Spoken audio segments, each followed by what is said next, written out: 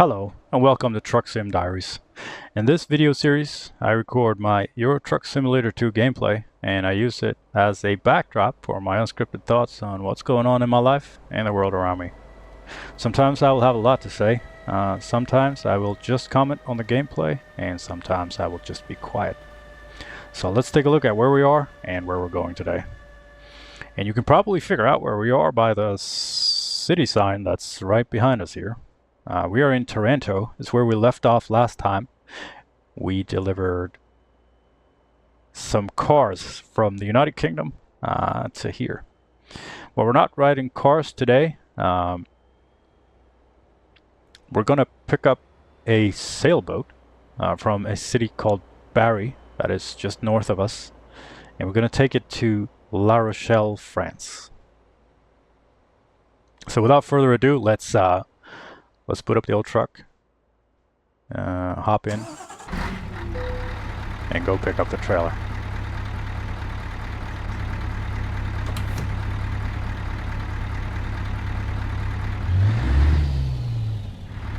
Let's get it in gear and start rolling. We have some great weather today.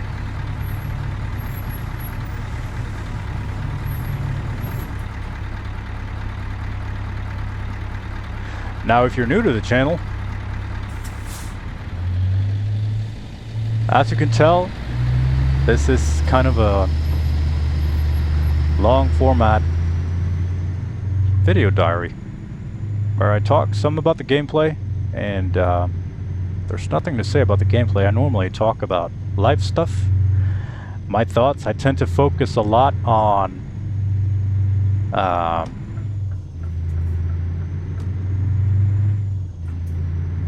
men's issues, men's mental health, my mental health, my issues, my emotions. This is all a big outlet for me to kind of speak my mind and, you know, kind of make it all make sense. It has become very therapeutic for me, so if I haven't done it in a long time, I really just can't wait to talk into the microphone. Today, I'm gonna do I'm gonna answer some questions from a subreddit that is called subreddit is called Askmen. Here's the Taranto Marina where we're gonna pick up the trailer, and it should be waiting for us. Right over here. It is a very good looking trailer. This is one of my favorites.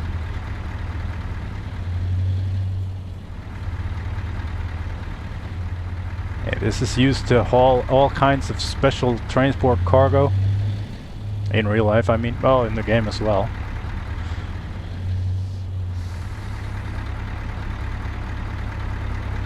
So we're gonna hook it up and just get going towards the marina in Bari.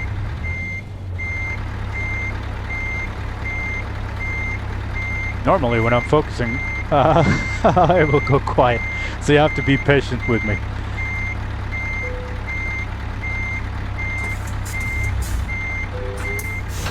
Alright, let's hook it up.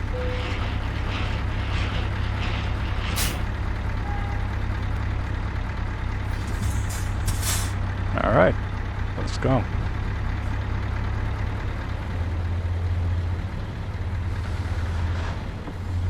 And yeah, like I said last time, I did. It's kind of turned out to be a bit of a Q&A, even though I just took some general questions from the subreddit Askmen over 40,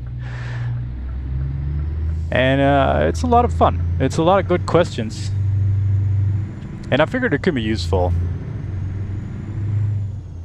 Get ready to turn. You know, turn left. To get another person's perspective on things.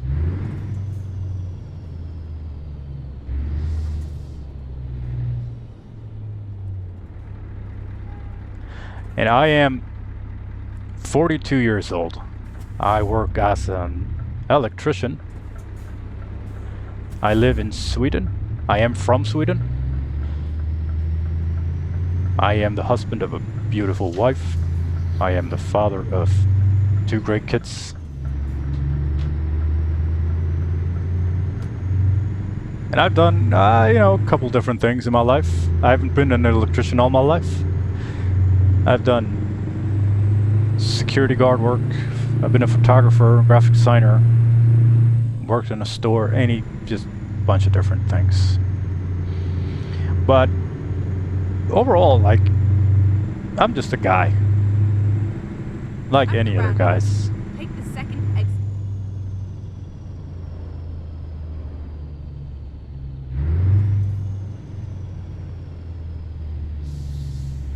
I just really like trucks. Exit now. I don't know anything about trucks and trucking in general, only what I'm learning, Go straight on. by liking them a lot, playing the game, that kind of stuff. So I'm not a specialist, but I will share what I know.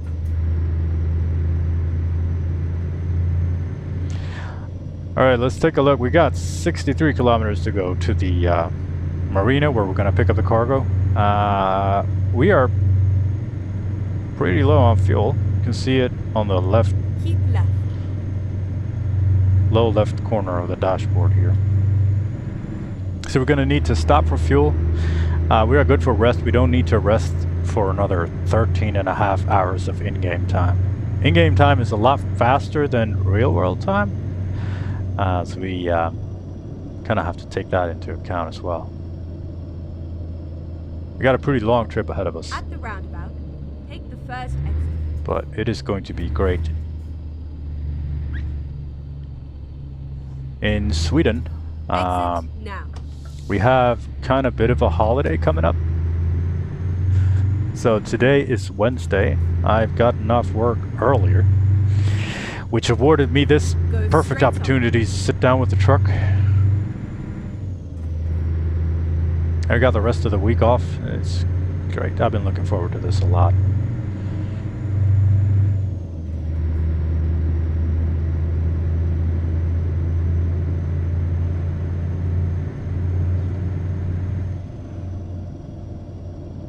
Go straight on. I had a great week. At the roundabout, Monday especially. take the second exit. I got to work with a colleague of mine that I worked a lot with her when I started working as an electrician, and we've since become good friends, but rarely do we ever get a chance to work with each other. But I had this a little bit complex Exit now. task that required a helping hand. So we had to go up really high on a, what do you call it, skylift? Block off traffic. It was a huge project. All of it was to install an antenna. That was pretty crazy, but it was a lot of fun. It was great to work with her. The whole project was great. The radio guy is an old friend of mine as well, so it was like I got to work with a lot of people that I really like, and it all worked out well. Even the even the guy that I rented as an electrician, I rent a skylift, so I have to go up really high, and I rent them from this guy who comes and delivers them for me. Now I do this maybe 2 or 3 times a quarter, so it's not, it's not super common, but I've been doing this for a couple years now, and it's always been one and the same guy. And I talk to him on the phone. I tell him where I need it and when, and he makes sure that it's there when I need it. And then when I'm done, I call him and I say I'm done, and he comes at some time later and picks it up. So I haven't met him ever, and I've been doing this for I don't know, 8 years. Keep right, and then But exit right. this job that we had now, it was a little more complex. I needed Exit to, right. because the place that I needed to go to was a little complicated to reach, so I had to have a complicated Caution. skylift. Please watch the speed limit. Because it wasn't just straight up, and I couldn't park it wherever I wanted because it was right next to a really busy street that I just couldn't stop traffic, you know. Or I didn't want to, at least.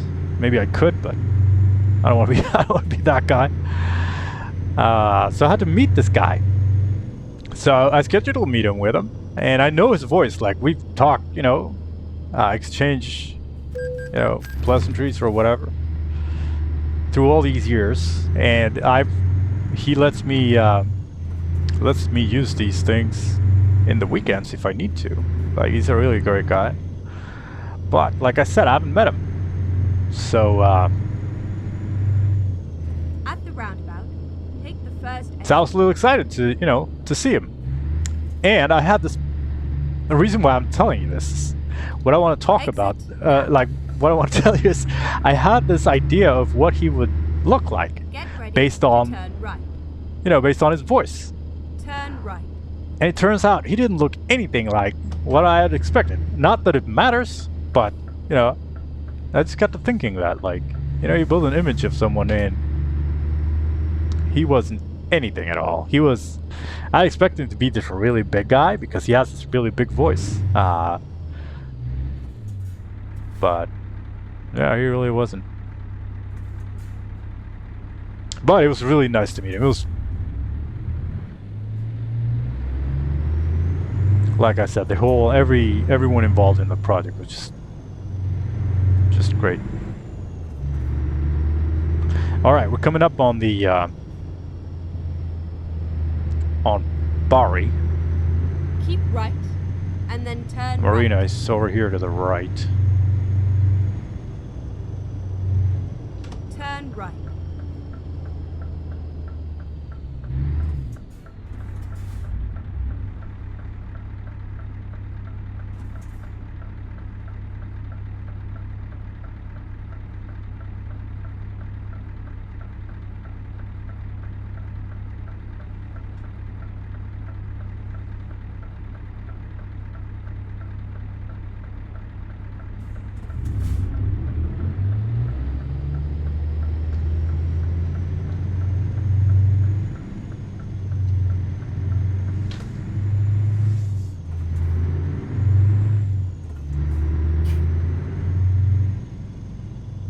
Go straight on.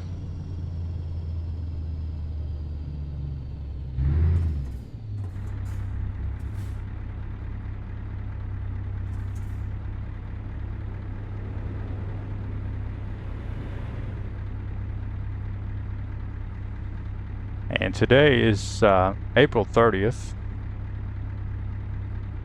And in my city, that's a huge thing because of the university. I really don't know why it's huge, but it is. The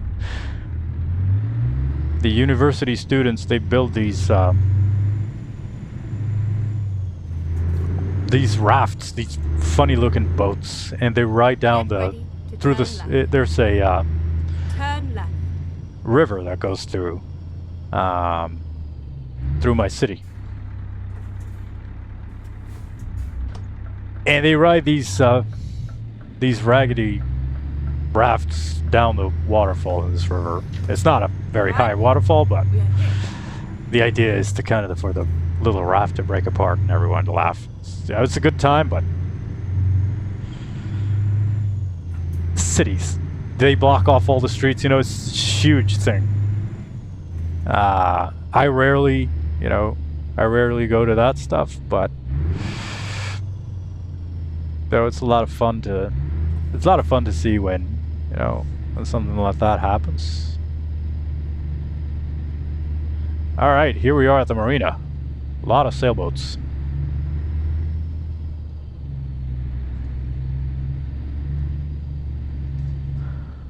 We're gonna turn this thing around. Anyway, at night, we have these huge bonfires on April 30th.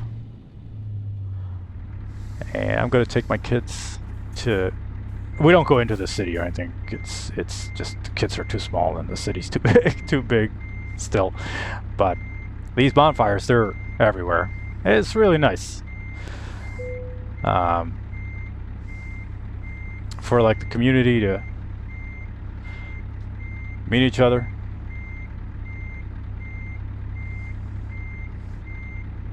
Watch the bonfires. There's usually a choir or something singing some songs. It's all very nice. So that's tonight. I look forward to that a lot. And then tomorrow, of course, May 1st. Everyone's off.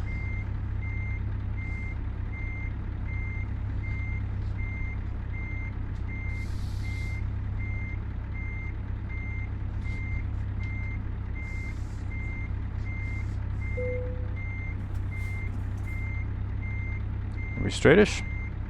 Yeah, we're pretty straightish. Let's load the cargo. Take a look.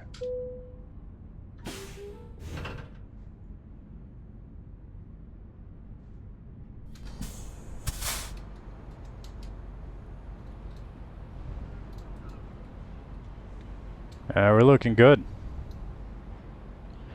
Taking old Sloop 36.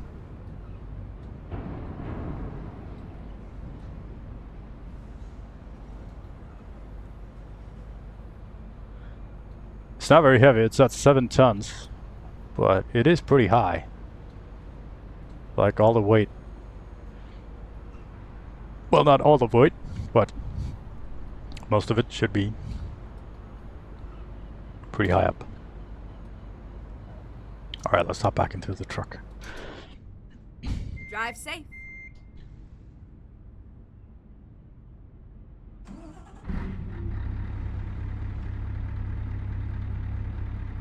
Now, why a sailboat? Well, I started looking at, like I told you, I'm gonna answer some questions that I found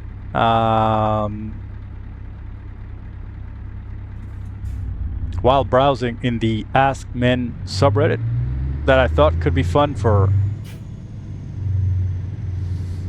talk about here. Now, the first question that I found that I thought I was going to answer is what hobby would you take up if money, time, and space weren't barriers to going all in? Well, the answer is right here. I really want a sailboat, man. Jesus Christ. And I want a big one like this. Something that you could sleep in.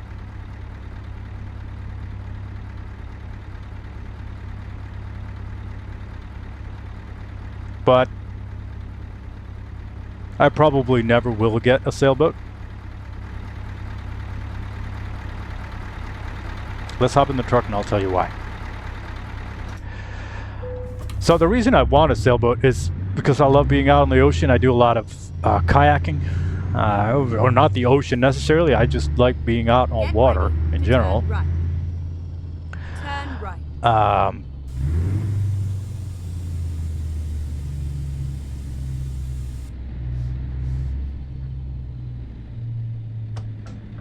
But last year, I think, was the first time that I went out on a sailboat. And you know how, I guess it's kind of like the definition of a Sputnik moment, kind of. Go straight on. Do you know that? Do you know what that is? The expression comes from when the Soviet Union launched Sputnik, and the Americans only then found out how far behind they were. Like, they should have started focusing on this long time ago. Because when they found out they wanted this, Turn left. they also found out that they were Turn lagging left. way behind in time. So I went out on this sailboat with my work. And man, It is like I fucking died a little bit because I liked it so much. It was just... I almost wish I hadn't done it. And like this question, what this person wrote in the question, what hobby would you take up if money, time, and space weren't barriers? And shit, like, can you imagine how much time, money, and space a sailboat takes up? It is just everything. But that is actually not the biggest reason why I won't do it. I mean, I could get a sailboat, but the only way I would want to do it is, you know, with the family. And I know for sure my wife does not want a sailboat.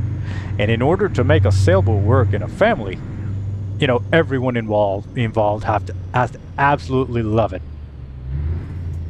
And because if they don't, it's gonna be awful. Like, I don't want to do it with someone who doesn't... I would only want to do it if the person I was doing with was preferably even more passionate about it than I was. And the things that I loved so much about being out on a sailboat was just the fascination of when you set sails. And so it's free energy. Learning kind of how a sail works is really cool. And I'm learning this at 40, I was 41, 41 at the time. So like, you know, I can't do this now, right? Nah, I can't.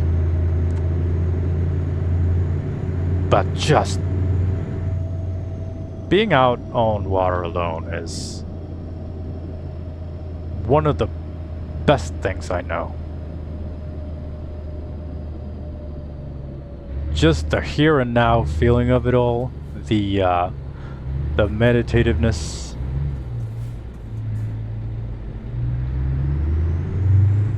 And then doing it on a sailboat, which, like, you can go wherever, whenever. Like, just the total freedom of it is just crazy to me.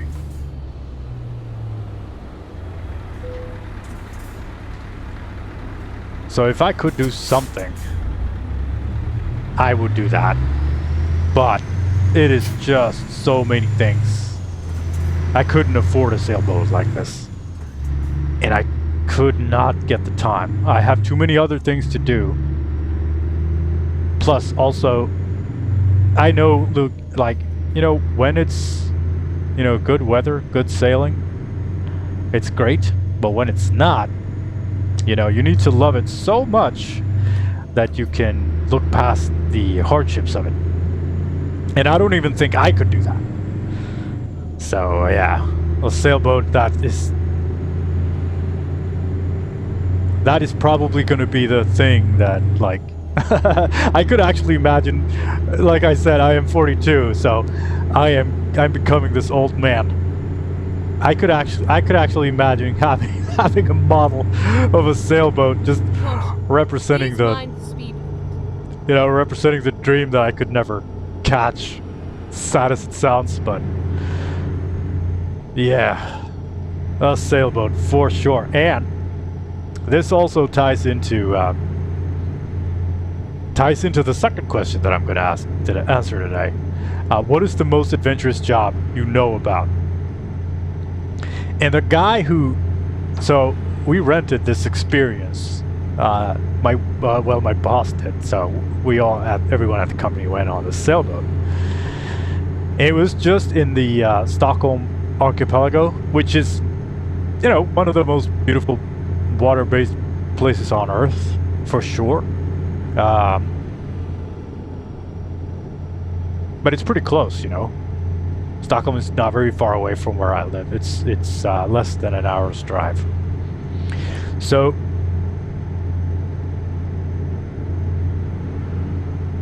I talked to him about this, like, well, I wanted to learn everything about a sailboat. And I also wanted to, you know, whenever I get into contact with someone I don't know, I kind of want to, you know everything there is to know about them and how their lives work. And so he does this full time. He didn't own the sailboat. It was huge. Like, it was 50 feet. It was gigantic. Really expensive, really nice sailboat. And you could sleep like maybe 8 people in it. So obviously, overkill.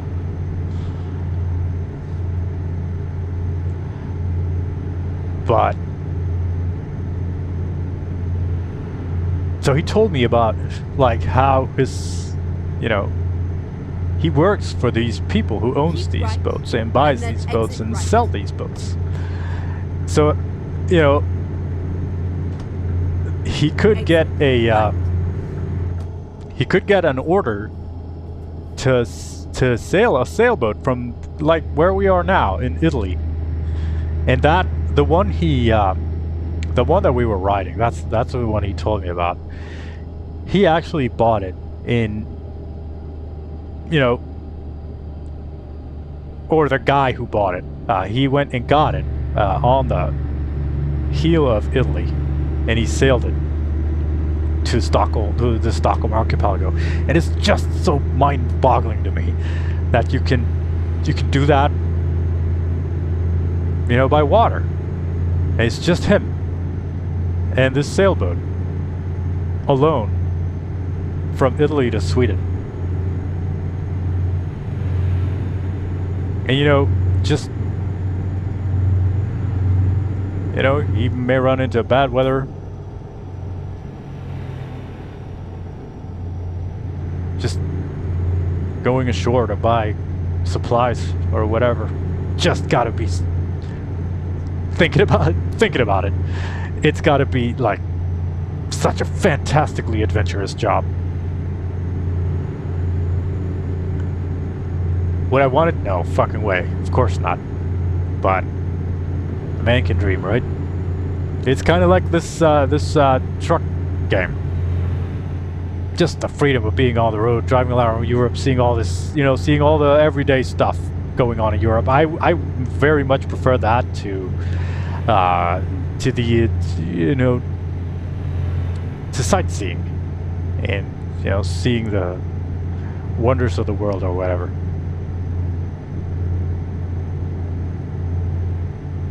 So, being a problem solver for sailboat people, that's got to be fucking great. He told me he and a buddy of his sailed one of those 50-foot sailboats, you know, across the Atlantic Ocean.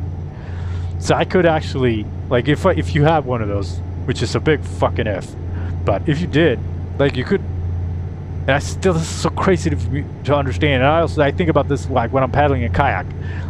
Like when I set the kayak down into the water, closest water I can find, I could, you know, of course I couldn't, but theoretically, you could take it anywhere in the world because the water is all connected. And that is so crazy, mind-boggling, vertigo-inducingly cool, and hard for me to understand, to do something like that.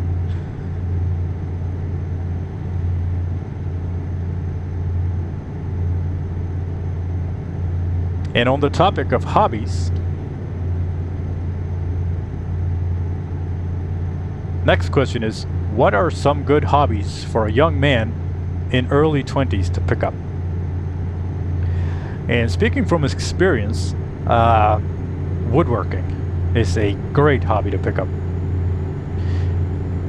because you will learn a lot about constructing things, just practicality, and how to become handy when you think of the whole woodworking and metalworking for that matter, which kind of tends to go hand in hand. So if you get into those hobbies, you will learn things about yourself, the process of constructing something, which is one of the most important lessons to learn as a person, because you will get into your head kind of the process of problem solving, how to find information and how to solve a practical problem. And something like that is going to be, you know, valuable to you for the rest of your life, albeit sometimes passive, but still. Learning how to use tools, learning how to both hand tools and machines. And you can start small with just fucking a knife and some piece of wood.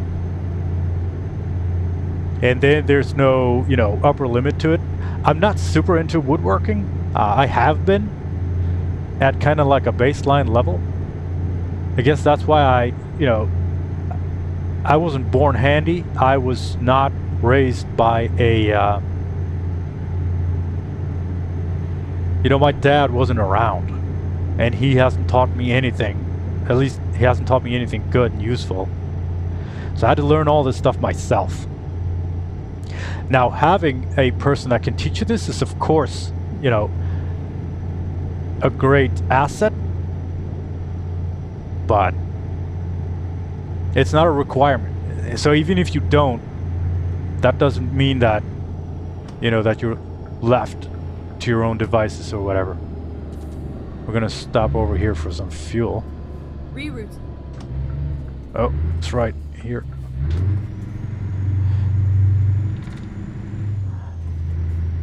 Now, having an interest in tools and how tools work for me was kind of like a catalyst, because I've always been drawn to hand tools, and also machinery, of course, to some extent.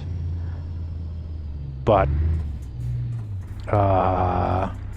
do you think that the trailer can fit underneath this roof? I am not 100% sure. We need to go out and take a look before we drive on.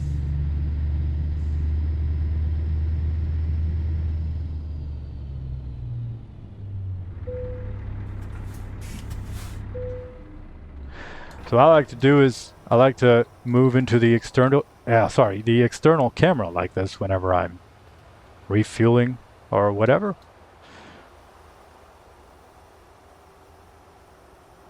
To kind of soak in the environment a little bit. Alright, let's fuel it up.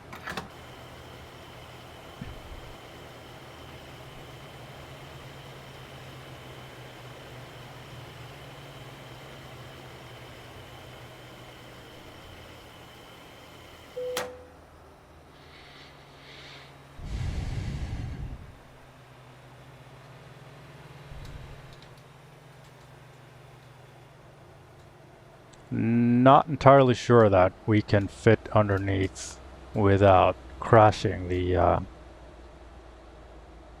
whatever that thing is called. Guess that's solar panel that on the boat, or it's something that I don't know. I'm not a boat specialist, so what the fuck do I know? I wish I was. Is there a sailboat simulator? Asking for a friend. Alright, let's back it up and get out from underneath this this roof. We're now full on fuel. We got fuel for 2,234 kilometers, but the way we have 1,748 kilometers to go, so we don't need to refuel anymore.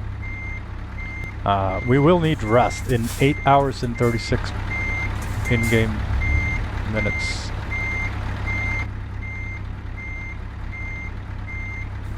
Oh, there's no one behind us. Now we're good. One good thing about this trailer is, just like the car trailer, you can kind of steer right through it, so it makes reversing a little easier. Alright, this should be good.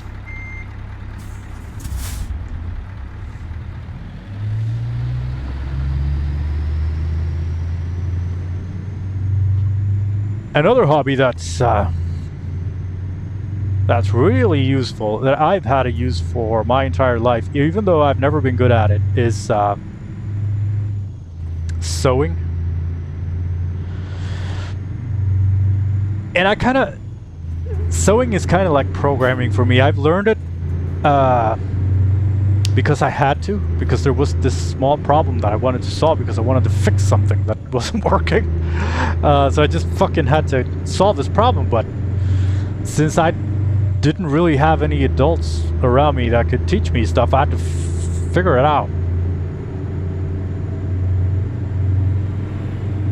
And woodworking, and like I said, with woodworking and with sewing, it really helps you to learn how to figure it out and not be afraid to figure it out. I mean, there's not any particular tool that's super useful that's specifically useful, or any needle and thread technique or whatever, but it's more about seeing possible solutions and not being afraid to try to find a solution to make something better, to like a solution to a problem that you have.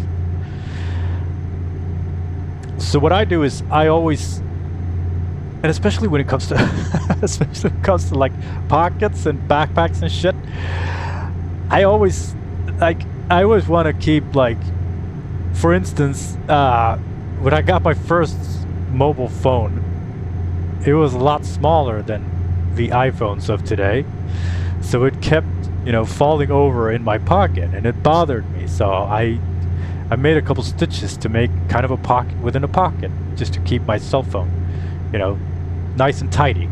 And I like to keep things nice and tidy, so I always end up with these small tidiness problems that I have to solve, and that's why I think sewing is so important to know, because you can solve so many small problems. You can also fix, you know, your clothing, and if you buy a piece of clothing that doesn't fit very well, you can make some tiny adjustments to it. So that's also a great hobby, and it's also especially for people who are working a lot with computers, to do something with your hands. It's like, I can't, you know, give you any sources or anything, but I've heard multiple people who know what they're talking about say that the human mind can take a lot of, you know, it's very good for the human mind to work with something in your hands.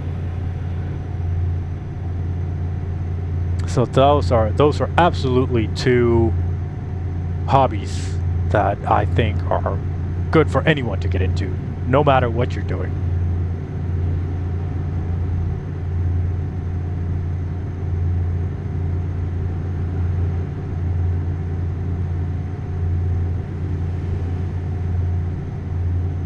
All right, next question is not hobby related. It's a completely different topic. It's more travel related. What did you do for your honeymoon? What did you enjoy and what did you not enjoy? If you could do it again, what would you change? So, me and my wife, we got married in 2011.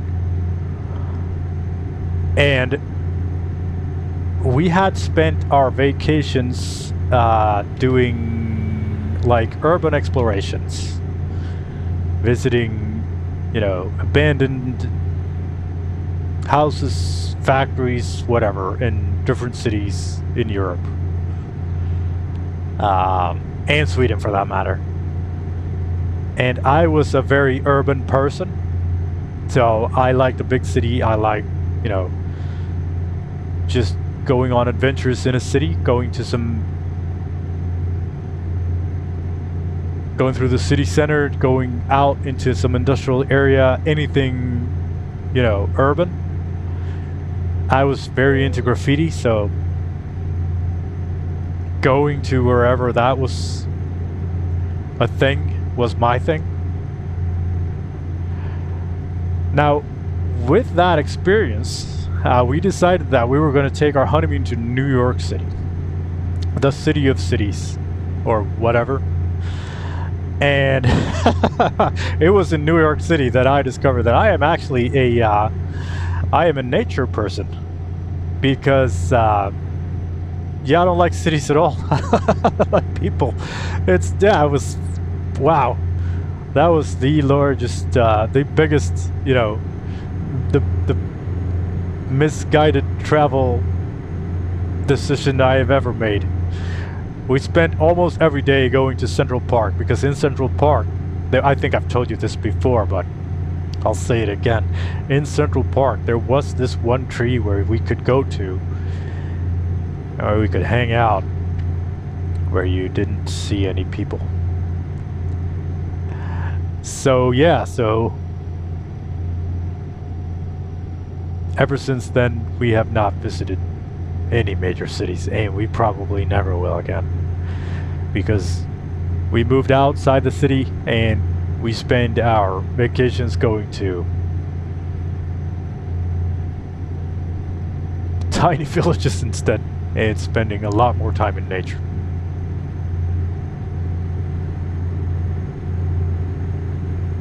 Because what I enjoyed in New York City wasn't very much, to be honest.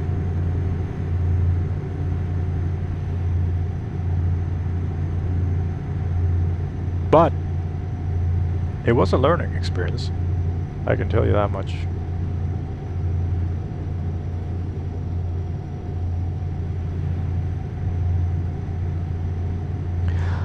Okay, let's take a status look here at the numbers. We got 1,587 kilometers to go. 22 hours and 30 minutes of in-game time, which when we're driving on the highway like this, 1 hour is 1 hour of in-game time is about 3 minutes of real-world time.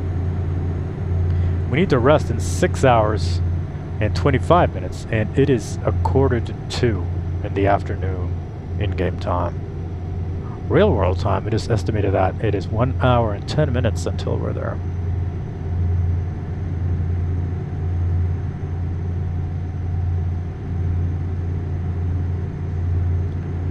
So with 6 hours to go until we need to rest, we do not need to start looking for rest stops just yet.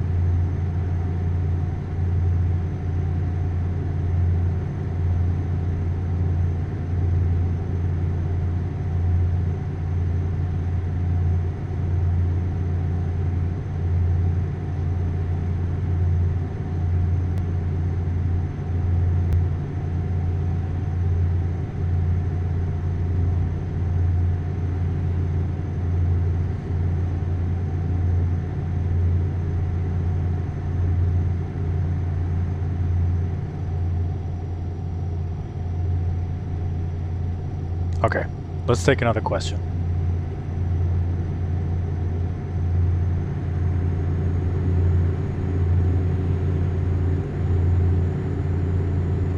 This question is, guys, what is that one thing that as soon as you put it on, you get instantly 100% more confident?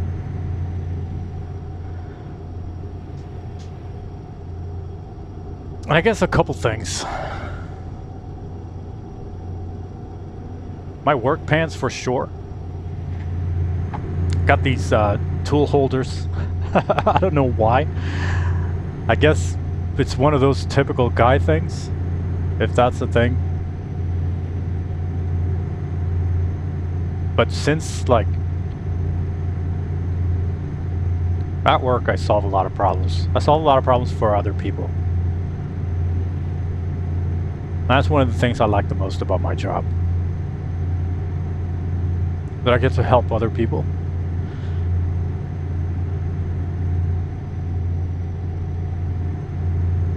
I don't struggle with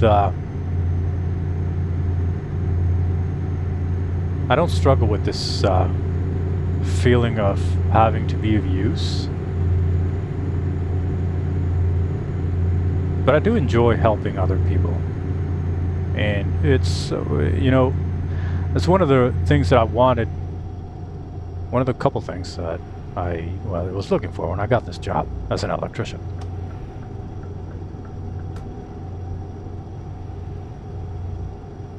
I wanted a couple things. I wanted a real job, so to speak. Before I started working as an electrician, I was a photographer and a graphic designer. And that wasn't really, that was fun, but that's more of a personal passion than something that I want to do for a living, I guess. And it was also very there's a lot of insecurities. There was a lot of lack of security, financial security, and well, financial security mostly. But I didn't really feel like working with that didn't really make me feel like I was actually doing something. And I know a lot of people struggle with this with theoretical jobs. A lot of people that work with theoretical jobs, like desk jobs, they always get something dreamy in their eye when they see me work. Wait, uh-oh. Gotta honk the cops, sorry. Because there's this thing that, kind of what I was talking about with working with your hands, and it's good for your mind, it's good for your self-esteem as well. It is rewarding to actually do something. That's what a lot of people talk about, like they're missing in their work.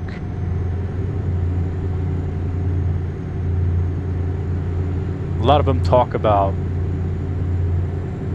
how they go to meetings.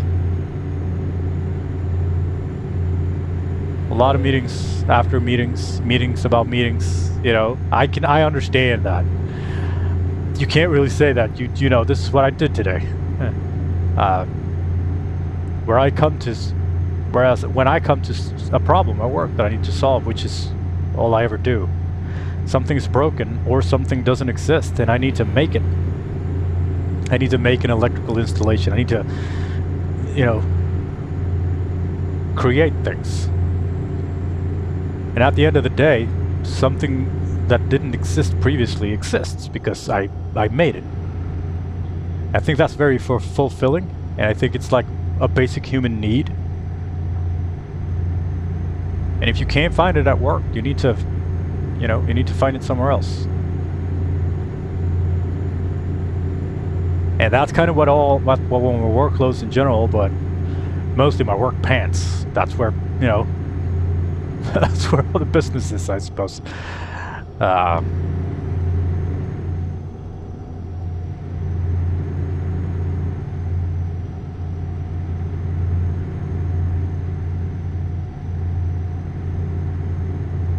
I've always been very comfortable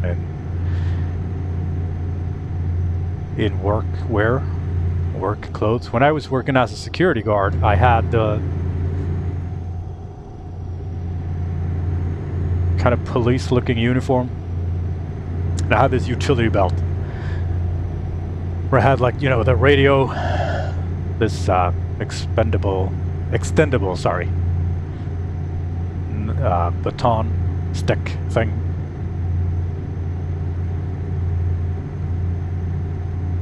I was very comfortable working with in that outfit as well. I do miss a lot of that. That was the other requirement that I wanted in this job. I don't want to work at the same place every day. I want to go to different places, see different things, places that I normally wouldn't be allowed to go into, and that's every day for me. And I wanted to meet a lot of people whom I could be of service to.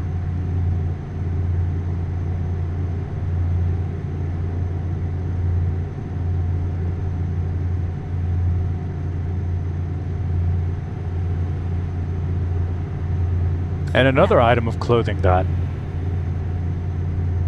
or something that I wear that I feel, confident in, is I wear these, when I'm off work, I wear these really long t-shirts. It's a hip-hop thing. And whenever I put one of those t-shirts on, I instantly feel a lot better. It's the only t-shirts I ever wear.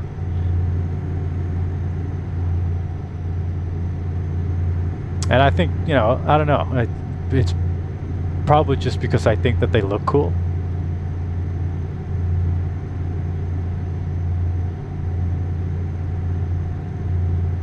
And I remember when I was in the when I did my military service, the plate carrier, like the combat vest, that was also an item that made me feel very confident.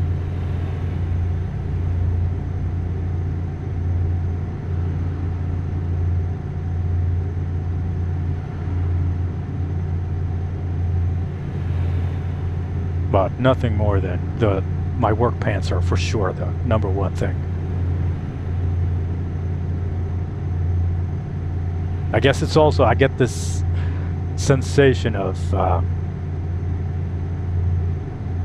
being capable.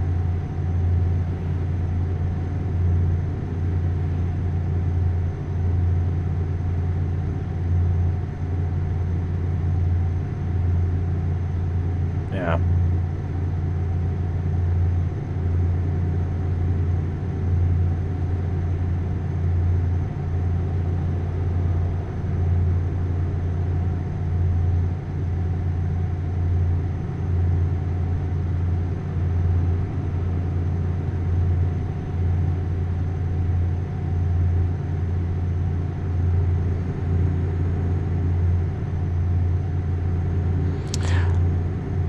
Next question is a 4-year-old question, but fellas, when you use the bathroom at work, do you prefer to stand or sit when you cry?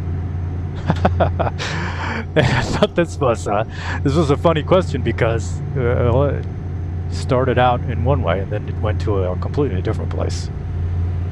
But I can still answer it. And the answer is, whenever I cry in the bathroom, I prefer to stand. When I'm crying at work, I don't do that very often, but it has happened for sure. You know, I have my dark moments just as much as anyone. Keep right. Wait, oh, there's an exit coming here.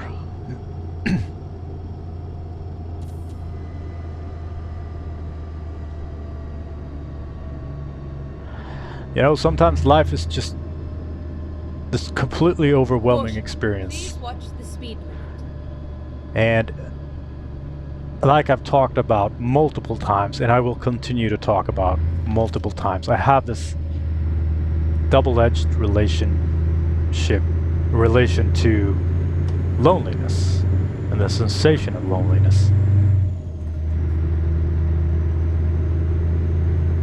I seek it, I crave it, and I can also get completely overwhelmed and very sad by it.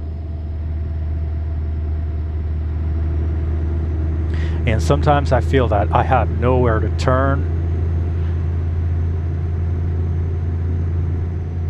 and nowhere to go.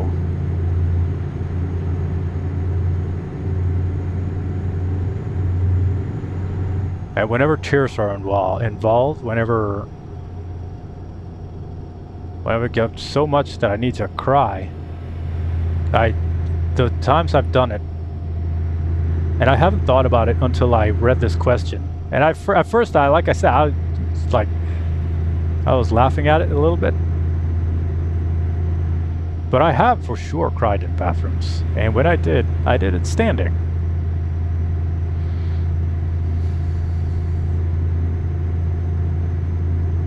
And the times that I've done that, I've looked myself in the mirror and I've been thinking about, like, when I lose motivation and when I'm struggling, I am thinking about myself as a child. And I didn't do this until I had children of my own. Like I said, my parents were very absent. So there weren't any adults that worried about little me.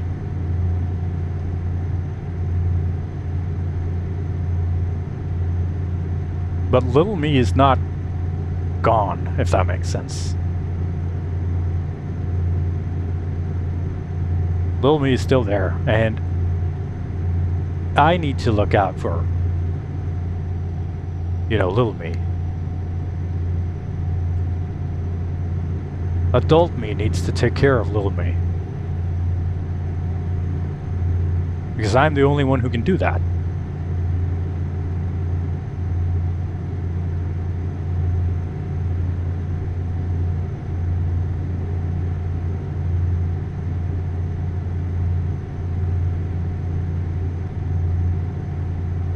And I am not afraid of crying. I don't do it very often. And I do not feel like it's something that I'm not allowed to do or anything like that.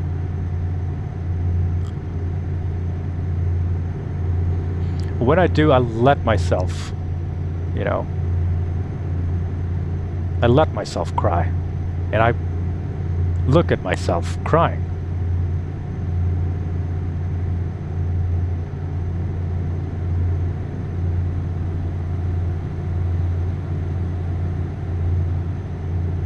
Because I need to, that is a part of letting myself, exist in this emotion that I am experiencing at the time.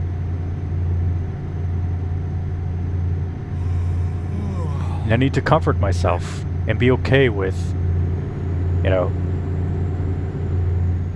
be okay with being in that weak state.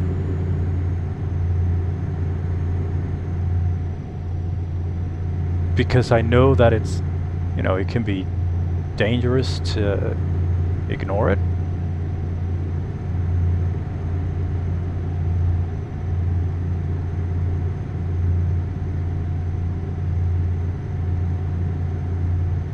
And I can't very well look myself in the mirror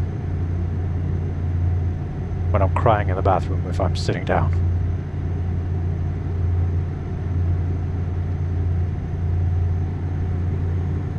All right, next question.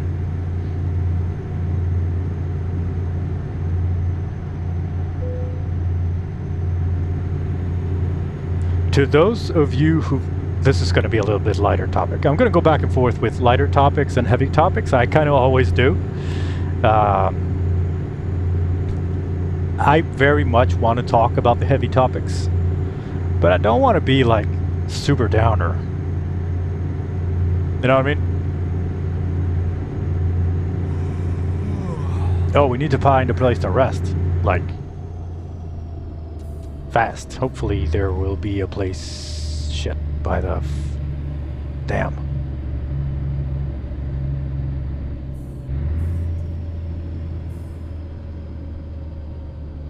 Let's follow these trucks. Normally there is a rest area in the... to the right of these... When I stop here, I'm going to take a look at the map. Okay, let's take a look at the map. Fuck, there's nothing. We need to sleep in 1 hour and 9 minutes. And the closest thing I can find is it's 56 minutes. Shit, it's going to be really close. Yeah, we need to hurry up here. Time to hit the road. I don't think we can stand in this lane even. Yeah, let's pull left. We need to hurry this up.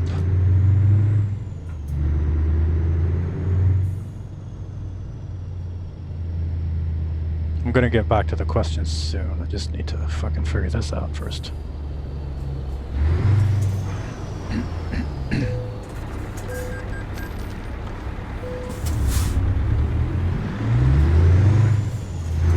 If we miss the sleep window, like if we need to sleep in 59 minutes of in-game time, it is very fast, and you can see how you hear the character yawning. It'd be fucking weird if he was moaning.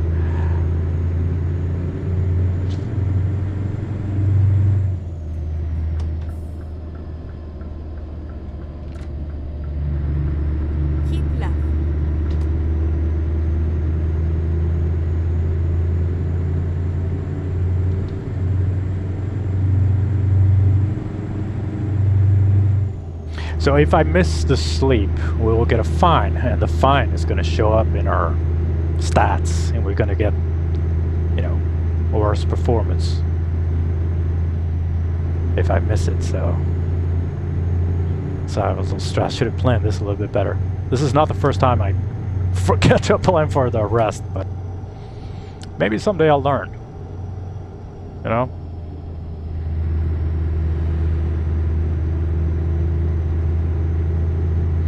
I was picking up groceries yesterday, I think. And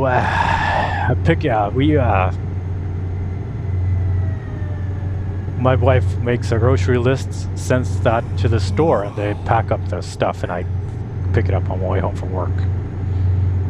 Now, it doesn't always work 100% perfectly. Sometimes they miss to add some stuff. Caution. Please And mind the speed. me and this other woman who was there picking up groceries,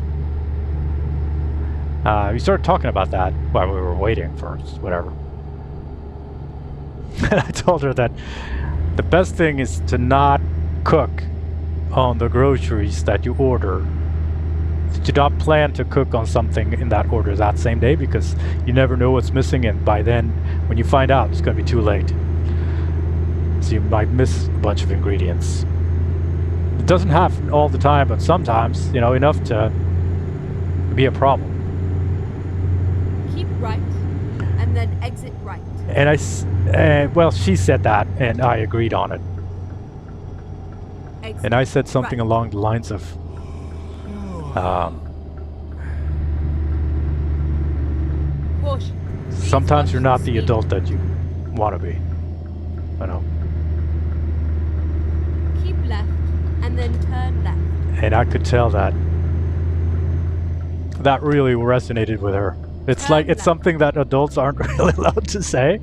We're not allowed to, you know, we should be great at everything and never make mistakes. But that's just not the reality of it, you know.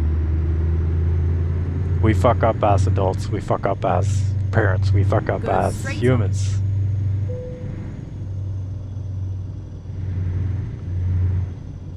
Oh yeah, we got 10 in-game minutes to spare. That is almost nothing. Wow. Let's never cut it this close again. That's what I told myself last time too.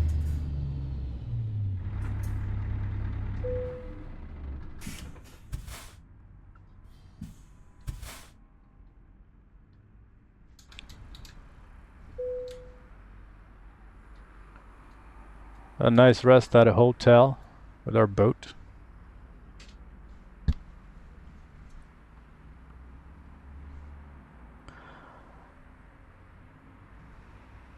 If we woke up in the middle of the night,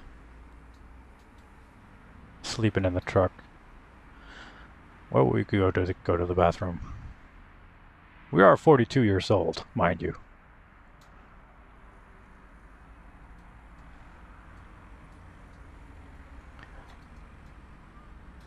Betcha we would go into the... Well, you can't, obviously.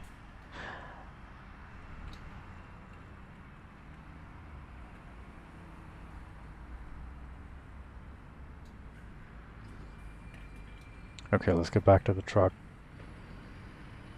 Get another 4 hours of rest.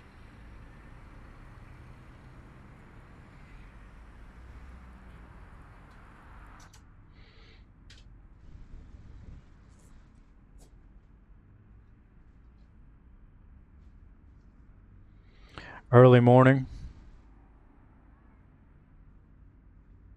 We need to rest in 14 hours. Our ETA is in 15 hours and 42 minutes. So let's plan for the second rest stop before we start going.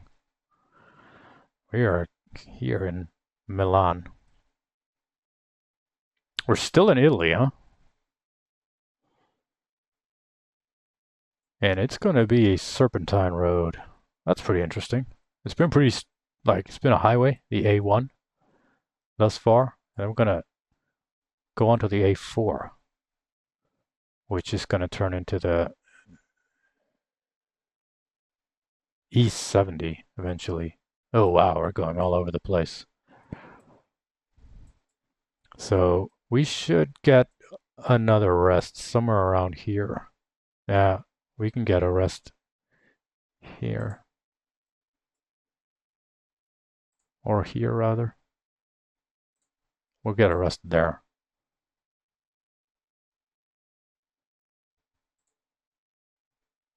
I've finally made up my mind.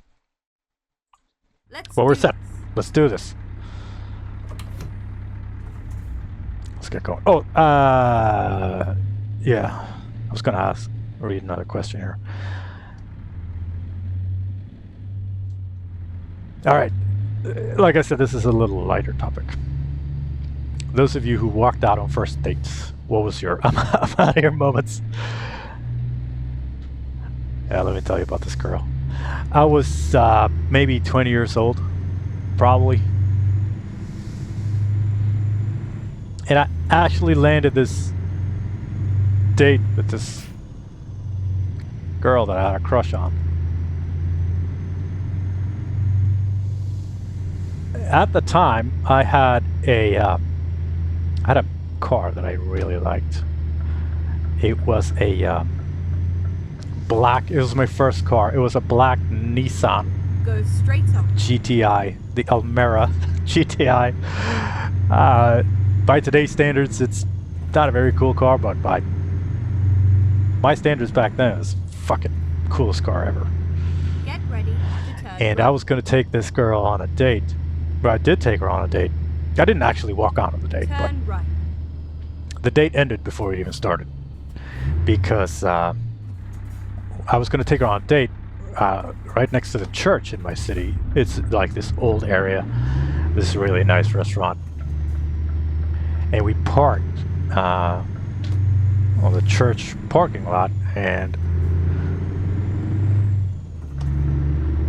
she swings the door open right to this stone wall that I parked next to. Like, oh shit, do we... Fuck. We need to get off here. Oh god, hope that no one saw that.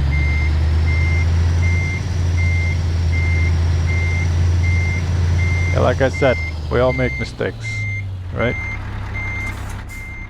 There we go. So she slams the car door into this rock wall, and I'm like, what the Jesus Christ. Like there was paint coming off of the door. And she goes, oopsie. And I remember, I was like, there's no future for us. You don't have to love the car, Keep left. but just...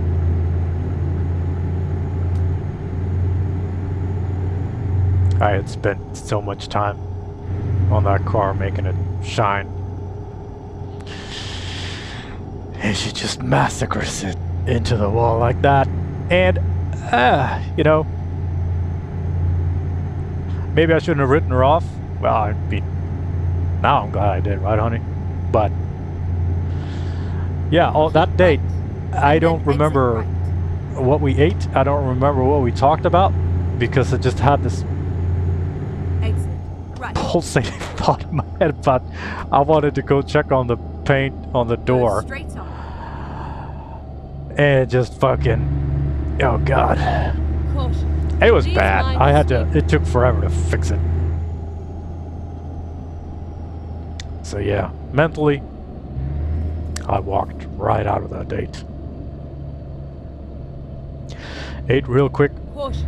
Please watch the speed limit. dropped her off. Get ready. I opened the door for her when I didn't say anything about it because I'm not the type of person, I guess. I dropped her right off, and then that was that.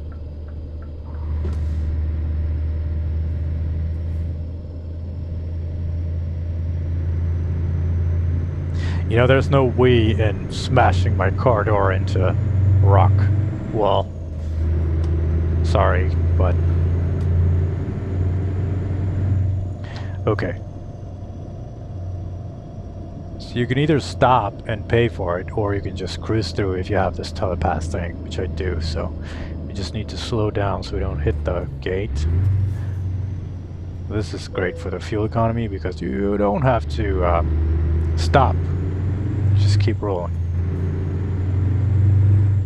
And fuel economy so far is okay. We're at 28.8.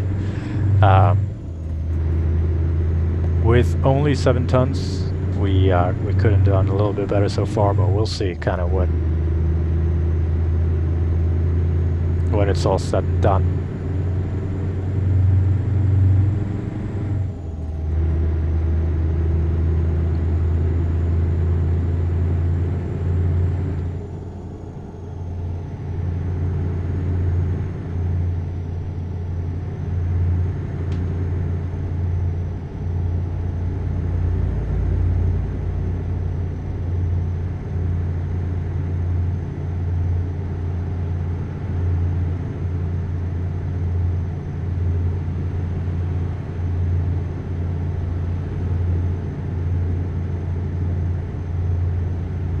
All right, second question. It's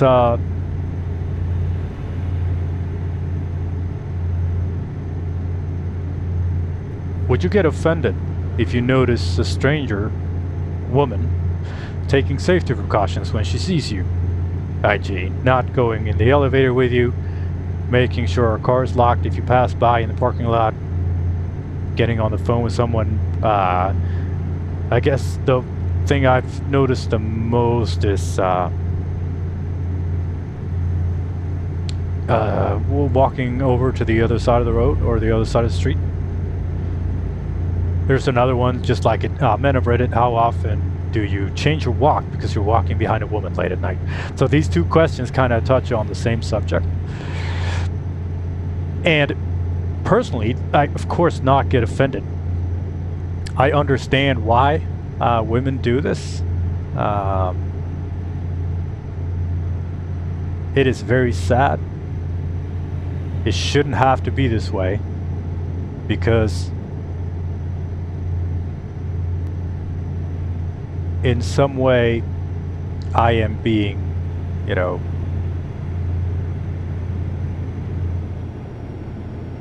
I am being thought of as a threat, and that is not a nice sensation to have.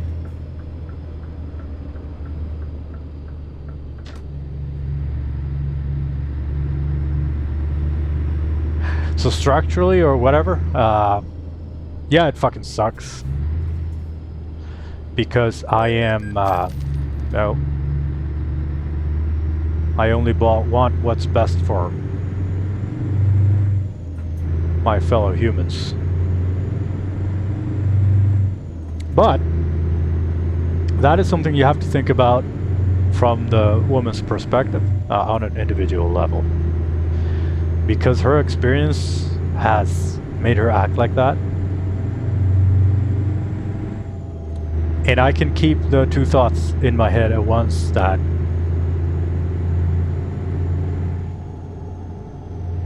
I do not like the sensation of being thought of as a threat, but I know that she doesn't know me, so it's not personal. Keep left. And she should take whatever safety precautions she needs to feel safe. Now, I am not the least threatening looking man alive. I have this, it's not a resting bitch face, it is a resting angry face. I shave my head. It's a hip hop thing.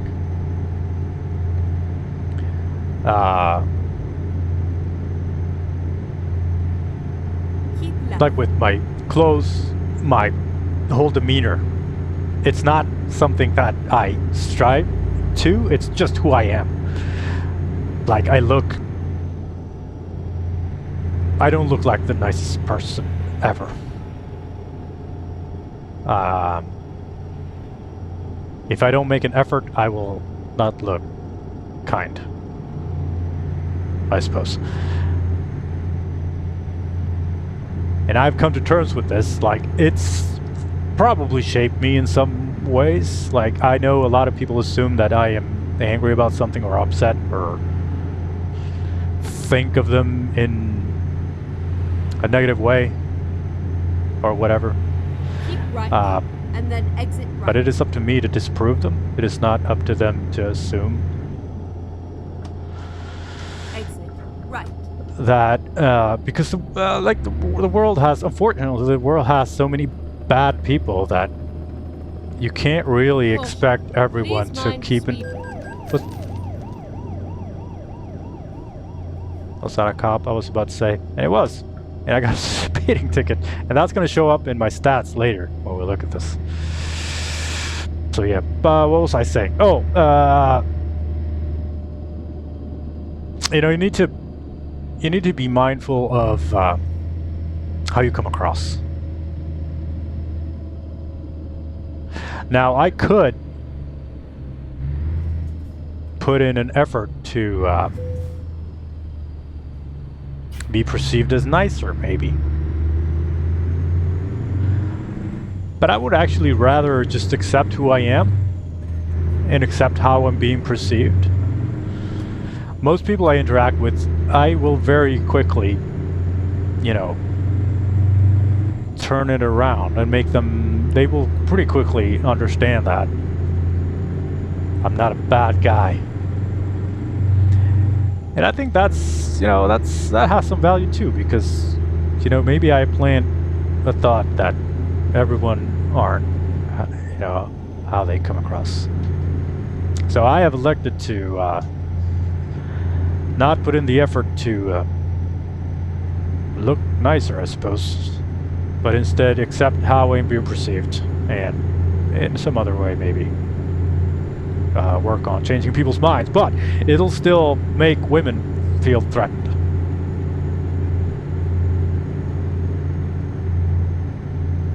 And I gotta balance. It doesn't happen very often because I'm not out late at night alone walking fucking. It happened when I was younger, but man, I got too much fun stuff to do at home to be able to be out late at night.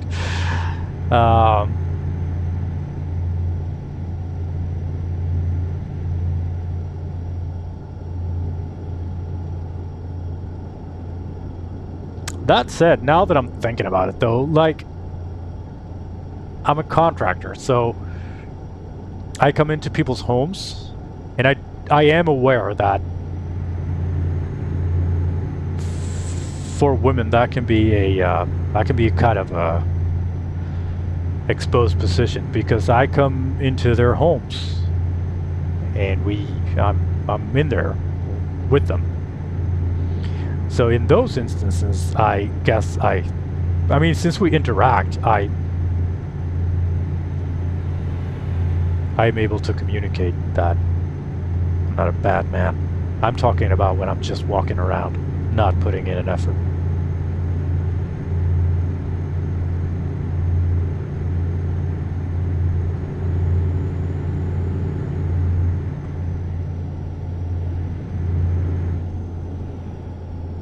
Are these Alps? Please watch the speed limit.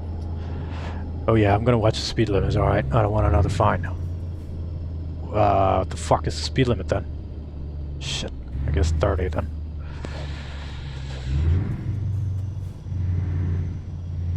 So to answer the question, no, I do not get offended.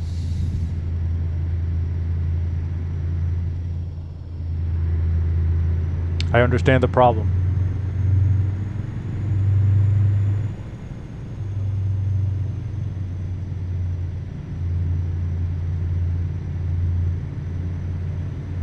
Though I can't imagine what it would be like.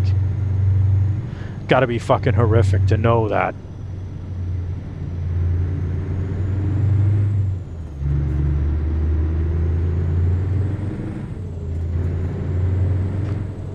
I don't trust this guy.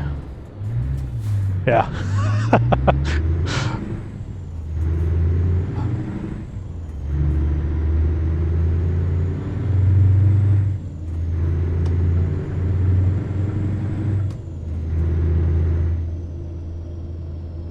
When I was younger, I wanted to.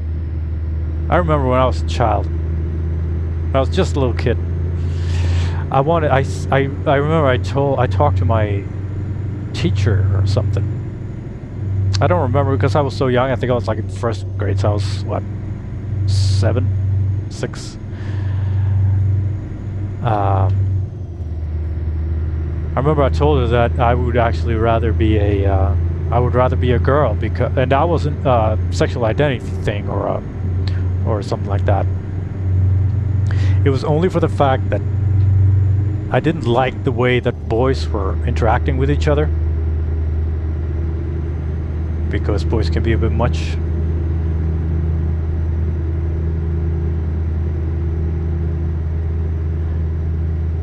And I guess that comes from, I don't know really what that comes from, to be honest. I didn't have a good male role model. So I've always been well, I can't speak for what it was like when I was a kid. I was fucking afraid of everything for obvious reasons, but I kind of got over it and, you know, got pretty good at taking care of myself. Felt pretty confident about that, but I've always had this insecurities about how to act with people. I guess it has a little bit to do with where I am on the autistic spectrum, I suppose. And I've always preferred to. Most of my close friends have been girls or women.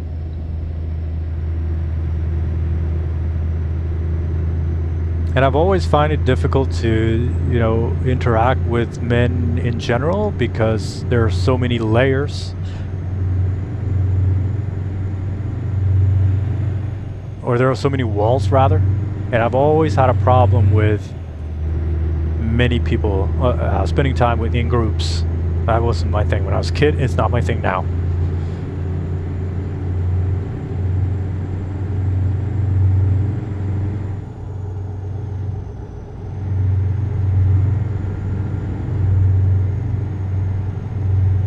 And where was I going with this? Because I mean, I've talked to all my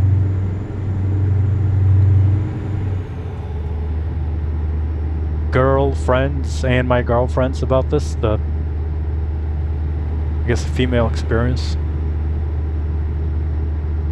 It's like I'm very aware of the fact that women know that not every man is a threat. They also know that every man is potentially a threat. And how the fuck do you deal with that and go through life? That is a fucking mystery to me. That's gotta be fucking hard. To tie back to the question that I was answering.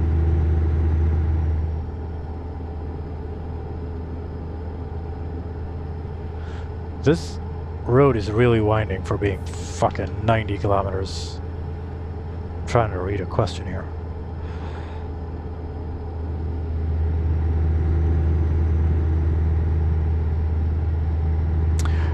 Oh, and this kind of, I guess this ties in maybe to the next question, because the next question is, contrary to popular belief about guys, the single men I know keep their homes exceptionally clean. What male stereotypes don't apply to you? I don't think any male stereotypes apply to me. Or at least I think of myself as not very stereotypical manly, if that's a thing.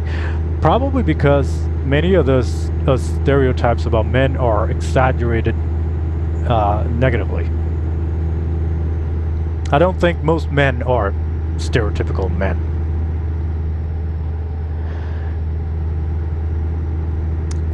Like, the fucking... Being a man is fucking rough, man. Because there is all this shit that's... It ties back to the other question. There is so much shit that's just projected onto you as a man. Because on the one hand, I'm like I've heard so many times that I'm not like other guys. Keep right. And I'm like, wow, well, why the fuck not? Like, but I'm not, unaware of the stereotypes. It's just that stereotypes are so fucking ridiculous. Caution. Please mind the speed limit. The most manly thing there is to be fucking alone and afraid and having no one to turn to. And bottle everything up because there's no place to express.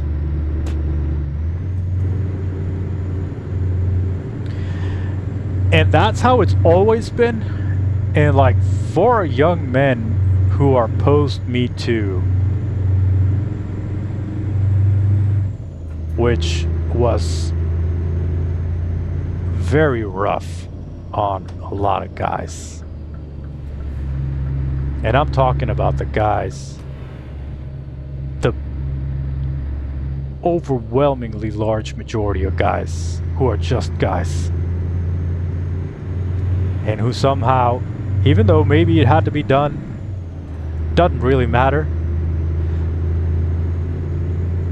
It happened, and for men, that was a rough couple of years, man. Jesus. Now,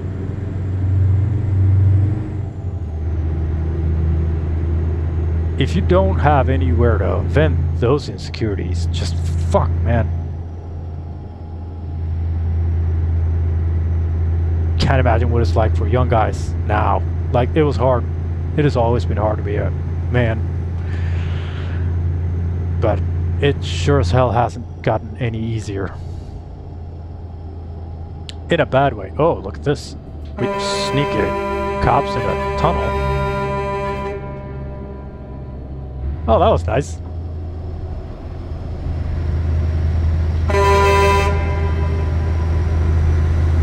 Sorry.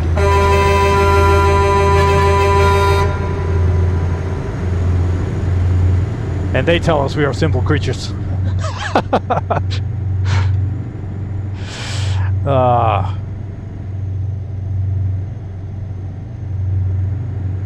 What are male stereotypes?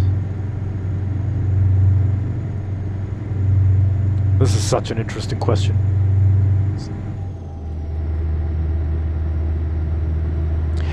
But when I was single, or whenever I have been, which is not, maybe I should have been more single throughout my youth. I guess my fear of being alone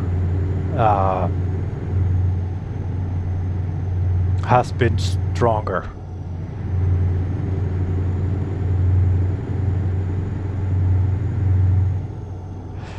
But when I was like living alone, single, my house was my home.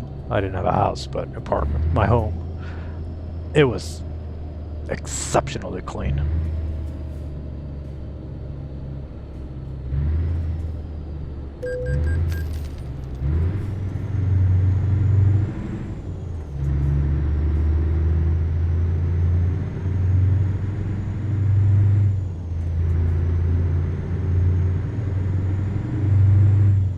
All right, next question is, it's a little lighter, maybe, I don't know, let's see where it goes. Men who talk at the urinals, what the fuck is wrong with you? I can't answer that because I don't talk at the urinals, because it's fucking private, man. But I want to. I'm sorry. I kind of always want to break the ice. Right. And then exit right.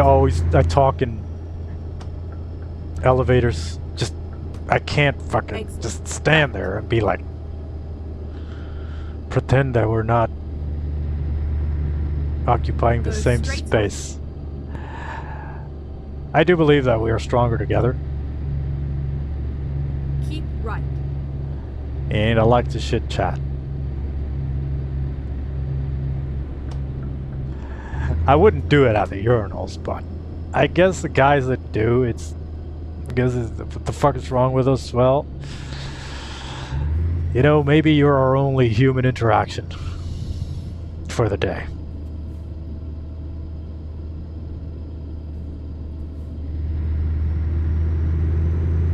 Keep left. But I think it's nice. I don't do it just for me, you know? I think people in general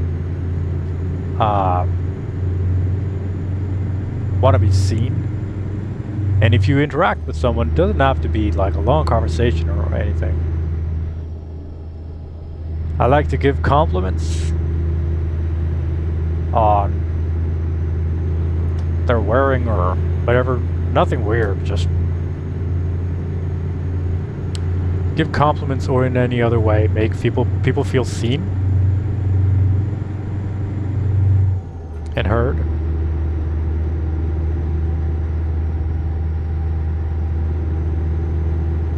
Because it also makes me feel seen and heard, I suppose. Though people rarely, you know, especially guys, they're not used to people seeing them and talking to them.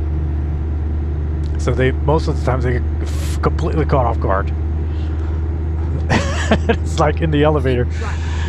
If someone is, you know, going somewhere and I talk like, normally when I interact with people that I don't know, I talk to them like I've known them forever. Because I feel that that breaks the ice faster, and we might as well have known each other forever. Please watch the speed.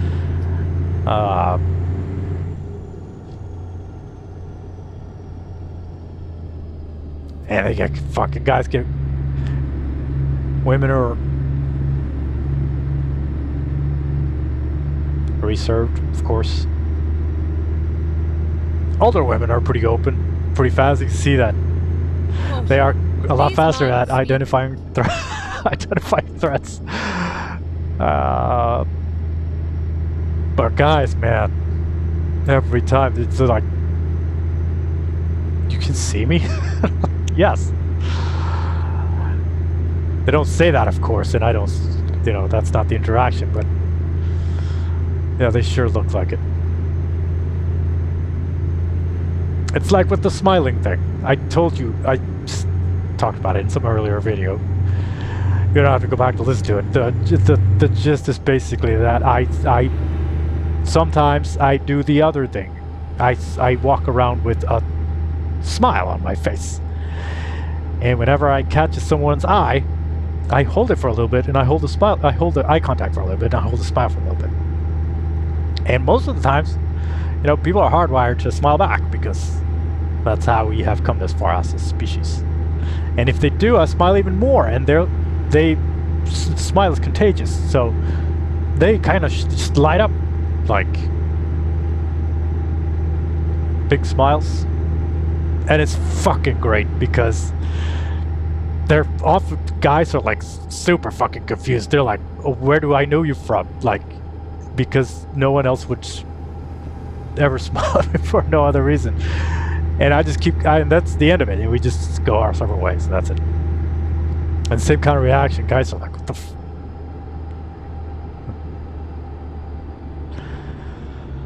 because if you're not a man,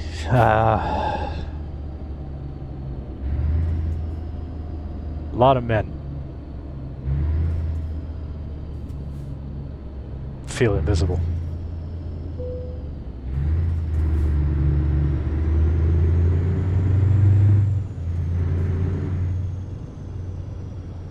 But you're not. You're good men. Oops. They have a crash to sort out, so we'll just kind of sneak past and let them do their thing. And this is not a I don't know if this is a question I can answer, but it was just fun. I would just want to read it out loud. Just want to press F to pay respect. Guy writes, I went to hug a girl and she grabbed my hand and shook it. One of the most isolated places on earth known to man. I can tell it's Swedish mountains. Man, I feel so bad for this guy. Like, oh man. Just the courage it takes to make the move. And she just massacres him like that. It's fucking... Oh man. Has that ever happened to me? Yes. Yes.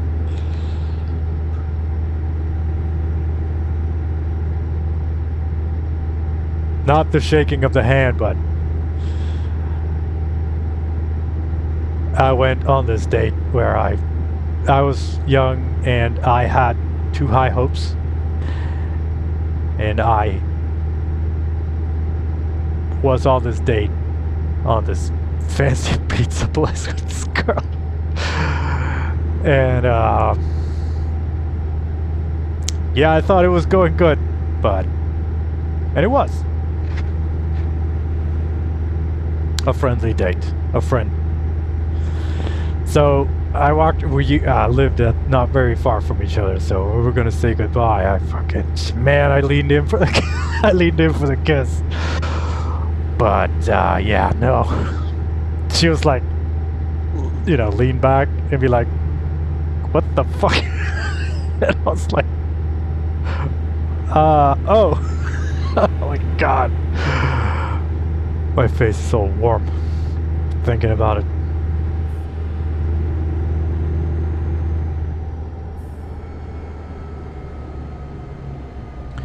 Here they stand. They want to hear the final countdown. If they didn't want to hear the final countdown, they wouldn't stand on the side of the road like this.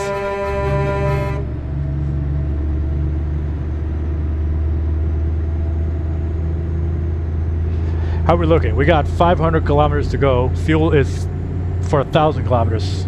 ETA is 7 hours. We need to rest in 4 hours and 56 minutes. But we got our rest stop planned, so I think we're going to be good. We have, however, gotten 1 speeding ticket, so can't really afford.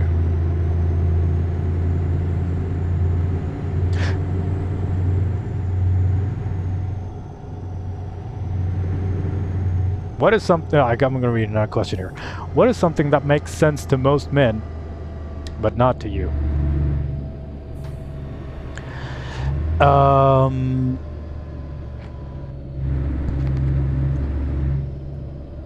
Sports doesn't really make much sense to me.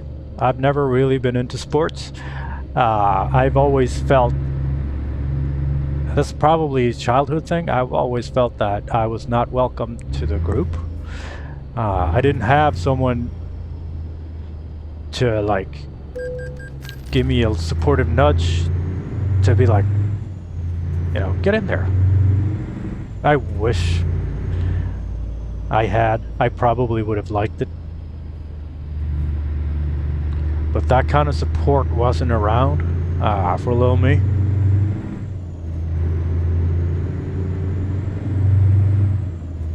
Now I am confident enough to go into, like, when I start a new hobby, I am very comfortable with joining in the group who's already, the pros or whatever you want to call it, but the people who do it.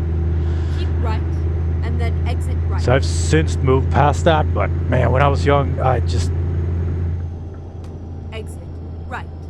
How the fuck is an 8-year-old boy who doesn't have someone who... Turn right. How's an 8-year-old human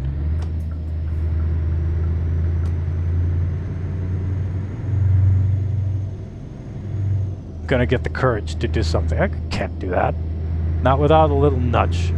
You don't need a shove. Just a nudge. At least I think that's why.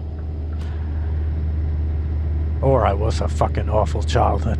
I don't think so. Also, and yeah, let's talk about it. See what happens. See where it goes. If I sit in a cool car, I do not feel cool. But I think most men do. I guess it's a self-hate thing that I know that this car is just a car. And I am not a part of this car. I am me.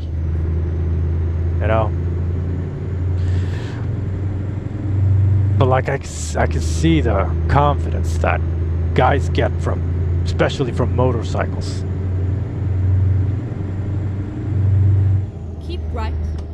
They then think it exit looks right. cool. They think that the people who do it are cool. I never felt Exit that way. right. I can appreciate a cool car. But I never felt that it has made me any different, you know, status-wise or whatever. I guess status things in general. I don't feel it. I don't see it. I don't. Coolest car in the world? Caution. That I can Please think watch of? the speed limit. The Lamborghini Diablo 1998. The Lamborghini Diablo SV. 1997, even.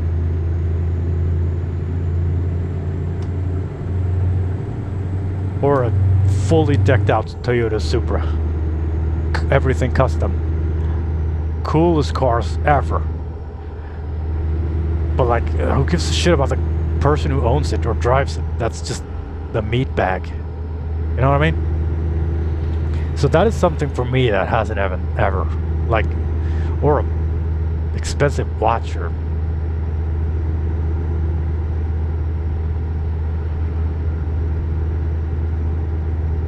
I guess it's part self-hate, part confidence, because I have a good amount of both.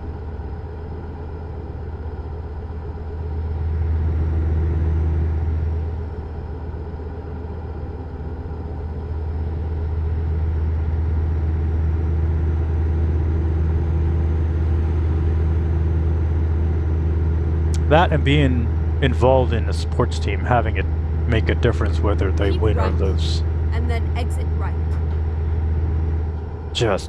It is a color that I don't see. I just can't. Exit right. I don't understand it at all.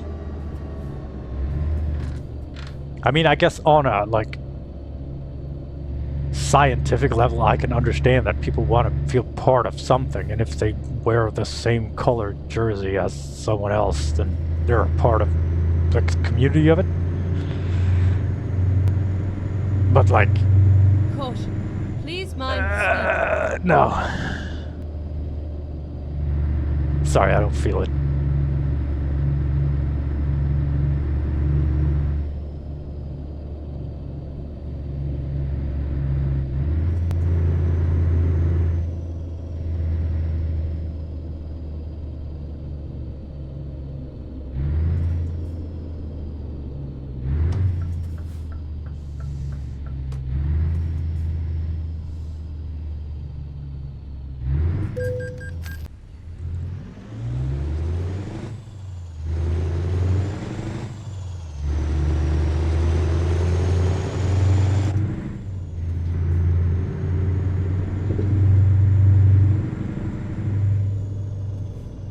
At the roundabout, take the second exit.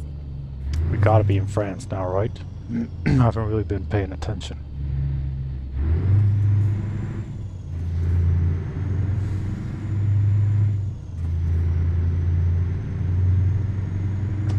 Exit now.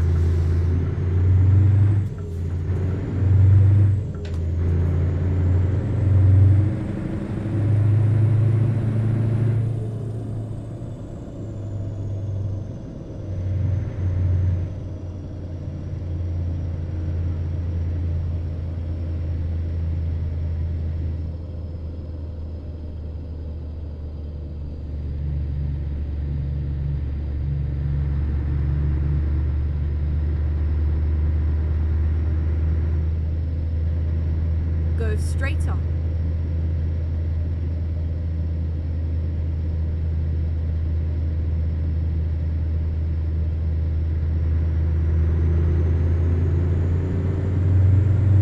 Coming up on the rest stop. It's 20 minutes to 5 in-game time. 5 in-game hours, 5.5 in-game hours to go. In this very nice French countryside. Get ready to turn right.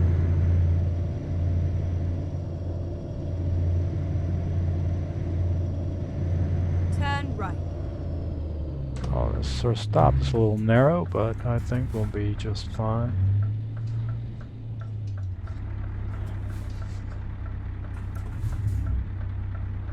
Just gotta squeeze in with our sailboat. Oh. A little too tight. Cut off the side marker there.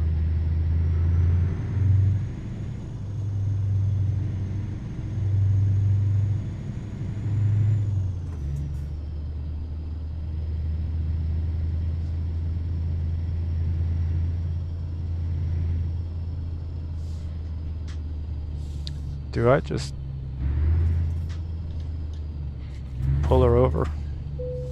Yeah.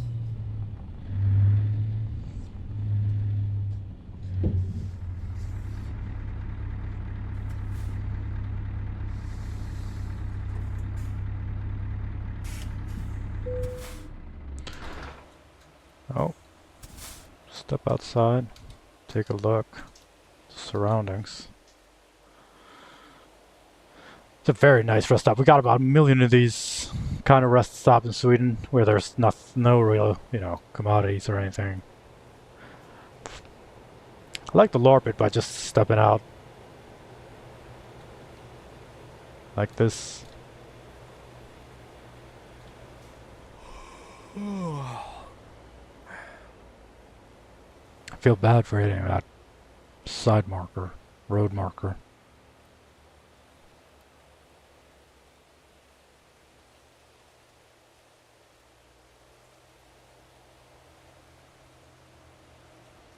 Think you could fix it?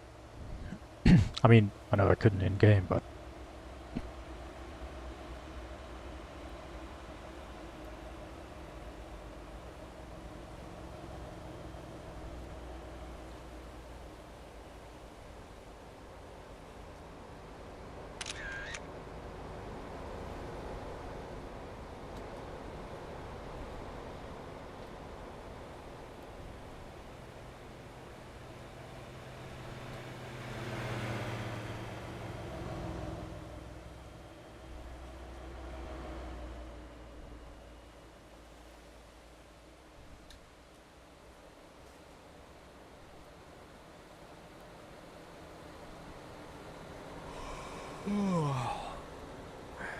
I guess there's no risk for anyone to steal the cargo when you're sleeping.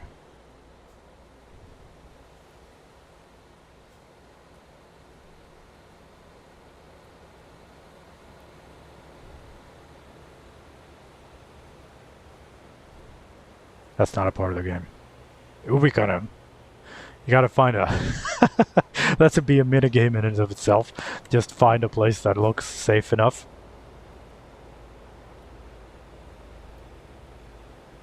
Alright, let's get some sleep. And then we're gonna play my own little minigame of if I woke up mid-sleep having to go to the bathroom, where would I go? Well,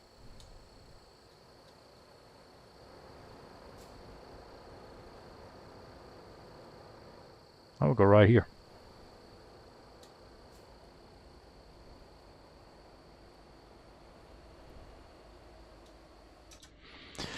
Okay, enough fooling around. Sorry. Well, let's do some night driving. Let's take a look at the map. We don't have that far to go. We've done the most of the... Oh, we were gone really far. We started here in Bury.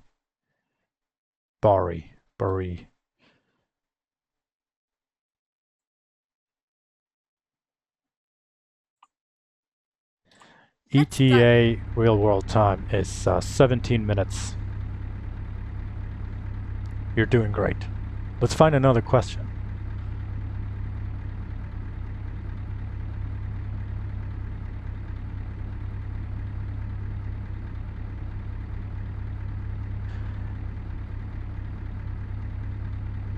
If a female coworker brought you something, like a drink or baked goods, how would you interpret that? Well,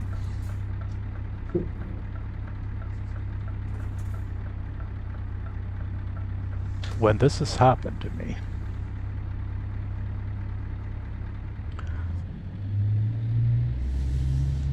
I would interpret it, I have interpreted it like this. You see, I fucking love baked goods. It is one of the best things in this world. Especially cookies. Ready to turn right. Turn right. Homemade cookies. It's one of the most beautiful things you could give me. Now, I think that every time that this has happened, I have talked about it with the person. And I think that I have woken up an emotion inside them that is I think that they have this, you know, this caretaking sensation that you need to take care of take care of someone, because I am very outspoken about how much I love this, how little I know of how to make it myself, and how little I am interested in making it myself, and also how much I love it when someone else makes it for me. So I would interpret it as pure kindness towards me, but also that they get this itch of providing for this this poor man or boy or whatever.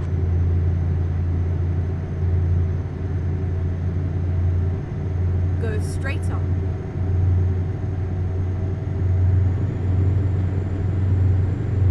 Because it kind of ties back to I don't interpret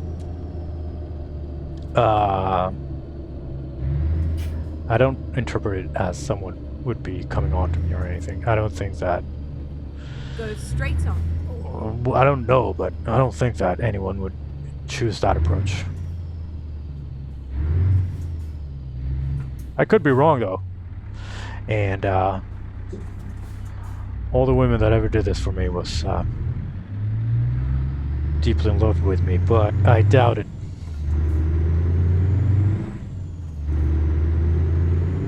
And if that was their only way to show that, they they need to fucking work on their smooth. That's gotta be so disheartening. I feel sorry for them, but that was because they pour this heart into these cookies. And they're like building up the courage to fucking give me this. And they're like, here, have these as a sign of my love. And I'm like, alright, cookies, yeah. And I fucking eat the cookies. Say thank you and fucking leave. Sorry, Sarah, but that was only a minute for the cookies.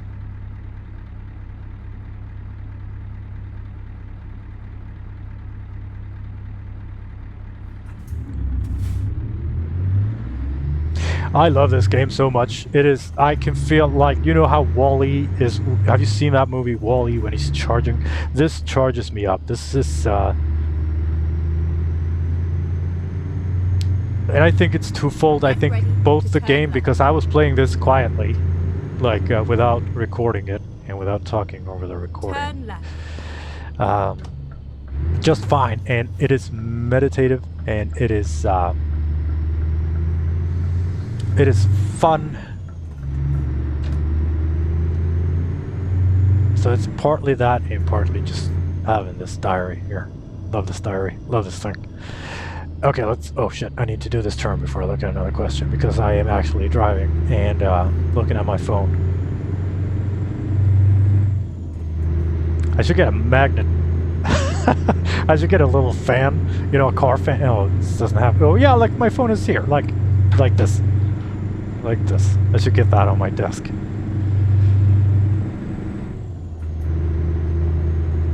So I can fucking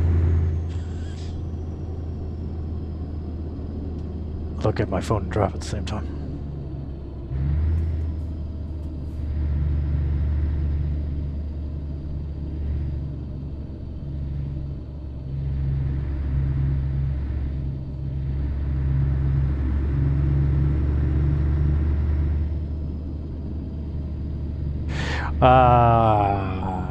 Let's see. How true do you feel, this is a heavy one, how true do you feel the Chris Rock quote on love is? And I've never heard this quote, but they write it down here. Only women, children, and dogs are loved unconditionally. A man is only loved under the condition that he provides something. I don't believe it's true, because I believe cats are always also loved unconditionally. No, I'm kidding. I don't think it's true.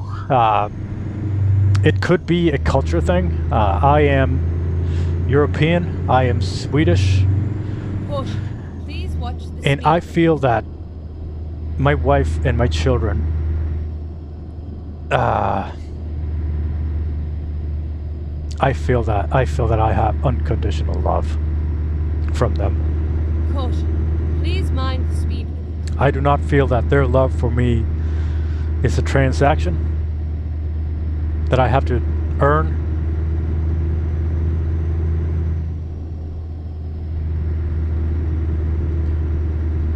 But I feel that they truly love me for who I am, not for what I do.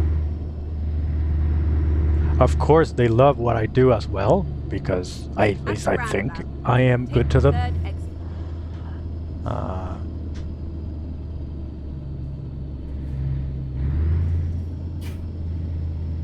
Exit now. I know I'm good to them.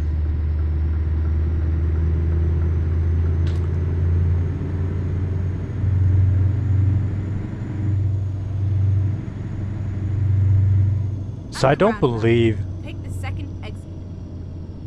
I don't fully believe that men have to earn love more than, you know, any other living being. And if you do have to earn love from your woman, you have the wrong woman. It is just as simple as that. Find another one.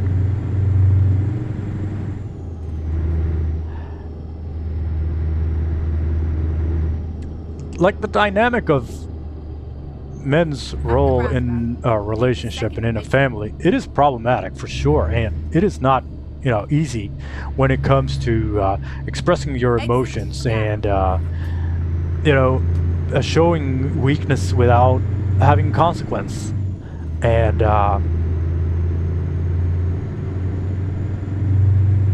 talking about how you feel about something. All those are deeply multifaceted areas in which there are a lot of problems for men. But I genuinely don't believe that men has to earn their place at the dinner table, if that makes sense. We have to be these warrior providers. Like I said, maybe it's a culture thing. If you are a part of a culture that works like that, I'm sorry. You deserve better. You deserve to be loved unconditionally. And as your fellow man, as your fellow human on this world, I may be very far away from you geographically, but I love you for who you are, not for what you do. You are a human just like me,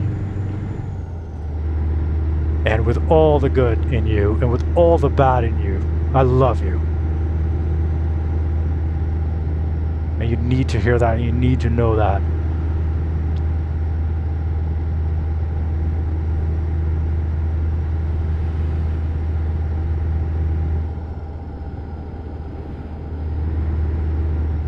I had never heard Chris Rock talk about this, but I understand that.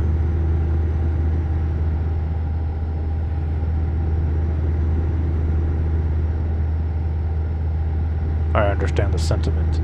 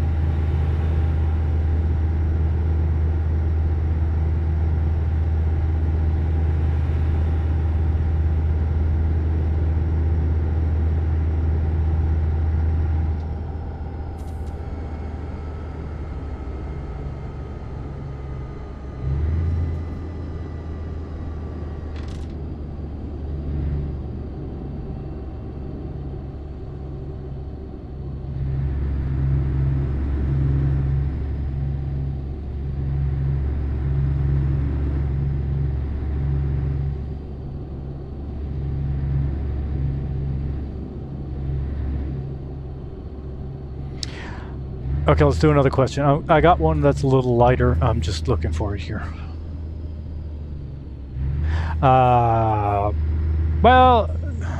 yeah, it's a little lighter, but it's on the same subject. I'm gonna pick this one. Men of Reddit. That is us. When working, do you think about yourself, or do you work to provide for your family?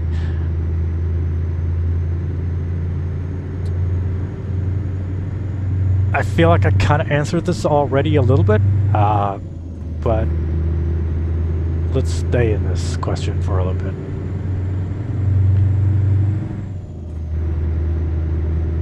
I would answer both.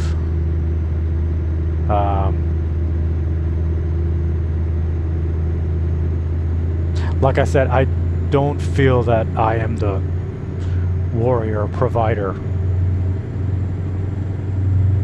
I am one of two adults in a relationship. Go straight. And we work together to make it all work. The primary focus of this relationship, practically, is to take care of the kids and make sure that they have everything they need.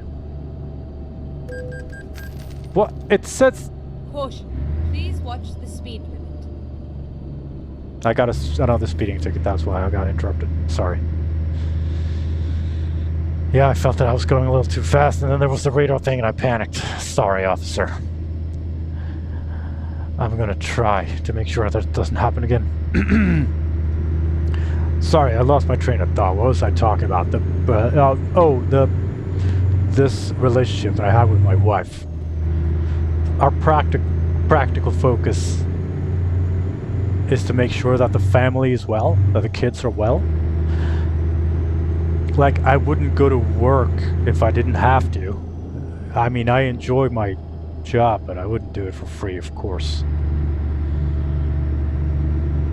And even though it is rewarding in ways besides monetary, of course I wouldn't do it without monetary compensation. Caution. Please mind the speed limit.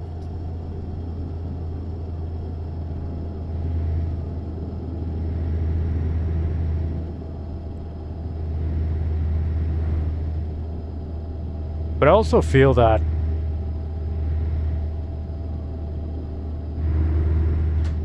I am, like I said, my parents were absent. Who knows why? They worked a lot. Were absent a lot. One of the one of the worst things that I can do to my kids is to be absent. And that is physically absent and mentally absent. I owe it to them. They didn't choose to be put on this earth. I chose that. My wife chose that. And it is my responsibility that I look after. They're the little versions of their adult selves now. And it is my responsibility to take care of them.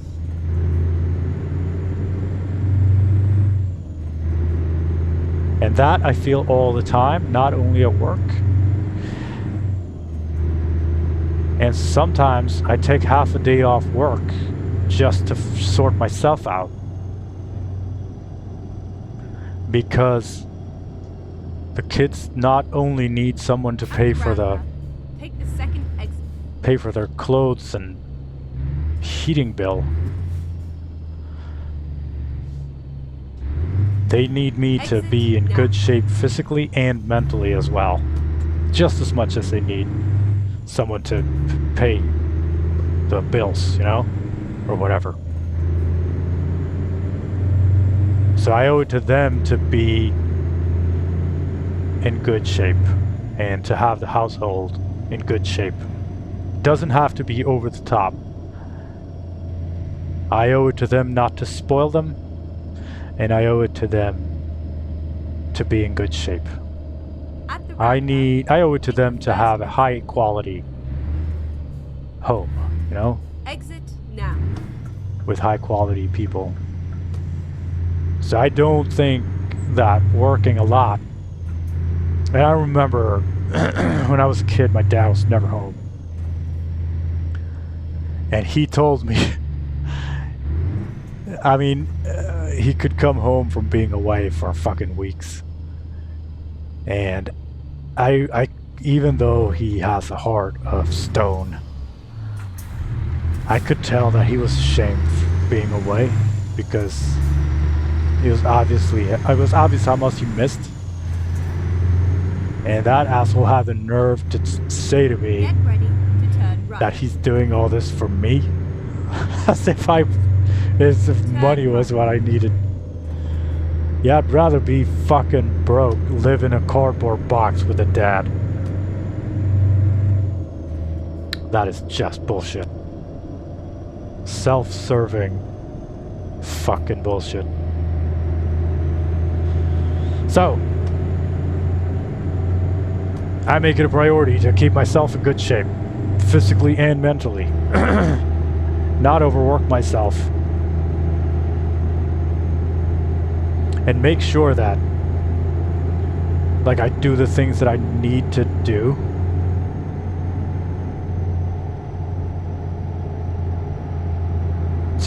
To make myself work and function. And sometimes that requires me to work less, you know? Keep right, and then exit right.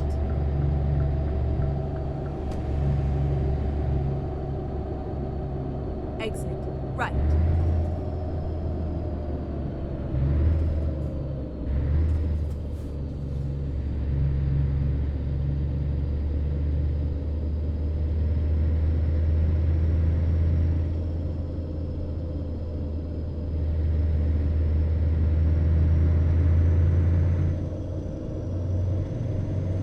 Oh god, I feel like I went off on a tangent. What's the question again? Men have read it. When working, do you think about yourself, or do you work to provide for your family? Yeah, I think I've answered that now. Okay, next question. Why are you so obsessed with storage containers? Hey, watch your tone. Question. Asker. I feel that there's some judgment in that formulation. There is nothing wrong with storage containers. One of the best things that I don't fucking know, man. Just the possibility to have everything in order And I love having things in order. I love sorting. I love storage, effective storage. I'm not, you know, my autism does not, what's the word, materialize? I'm looking for another word here. My autism does not manifest in my obsessive order. It's not like that. But a good, practical storage container. Especially like 60 liters, 40 liters, plastic, see-through. Man. Isn't that just the best, fellas? Am I right? It's not even that. I love having order in like my toolkit drawers on my desk. Well, okay, maybe not the drawers on my desk, not all of them at least. I feel like everyone has to have that one drawer, you know, where you just fucking throw it in the fucking drawer, you know, and it's fucking just Keep right, and then random exit bits that are good to have, and cables. Exit. Yeah, I Right. bet you have some micro USB for which you don't have anything to plug it into, but you still keep the fucking cable in that one drawer. Turn And left. screws. Black screws for whatever reason you have something. When the road signs are starting to show the name of the little town that you're going to, you know that you are pretty goddamn close. It says that we're there in 45 seconds. I can't believe we're running out of time. I haven't even got through all the questions yet. It's a good thing there will be multiple more episodes of this. I got time for one more question, and it is a light question, so I don't want to end in tears. Let me see if I can find it. Here it is. What is a hobby your girlfriend or wife has that you think is really cool? My wife makes dollhouse furniture and dollhouse rooms. And Go it is straight so up. fucking cool. Like, I am so proud of her. I am proud of myself for being chosen by a woman like that. Like, I show everyone that I get a chance. Her dollhouse furniture building stuff. At the roundabout. Just this teeny tiny little plant, and yeah, it's so cool.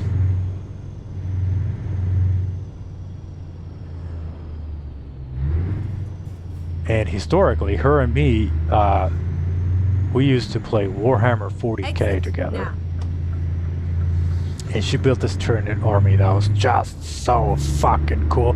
And I remember at the time, I was very young, so I thought that having the girlfriend that did the geeky thing was really cool. I still do. But like, it doesn't matter if she's into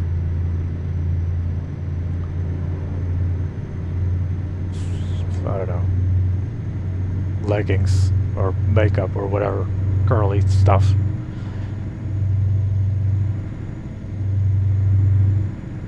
But that was also fucking cool. She's very creative like that.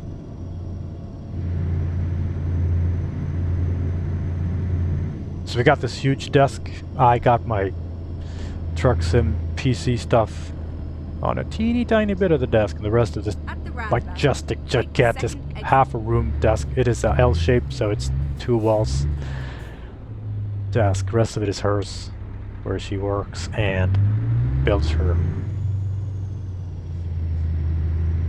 furniture stuff. Exit She had now. this colleague or friend or whatever who was into disc golf, and when he went for his birthday, she made a disc golf cage with a disc golf backpack with some Get ready to turn discs, like this little disc golf diorama, whatever. I think we are arriving at our destination. Look at all these, albeit identical but beautiful sailboats. Just something like this is so fucking... That'd be so enough. Yeah.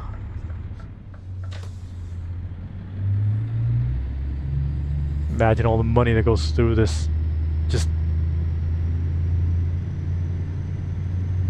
something like this. Like the one we're carrying.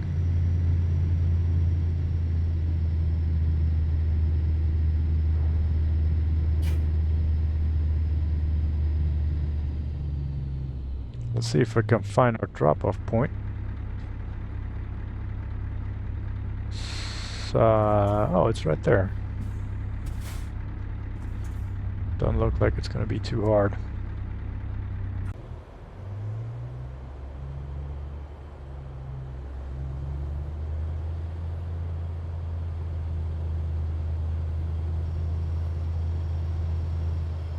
We are finished.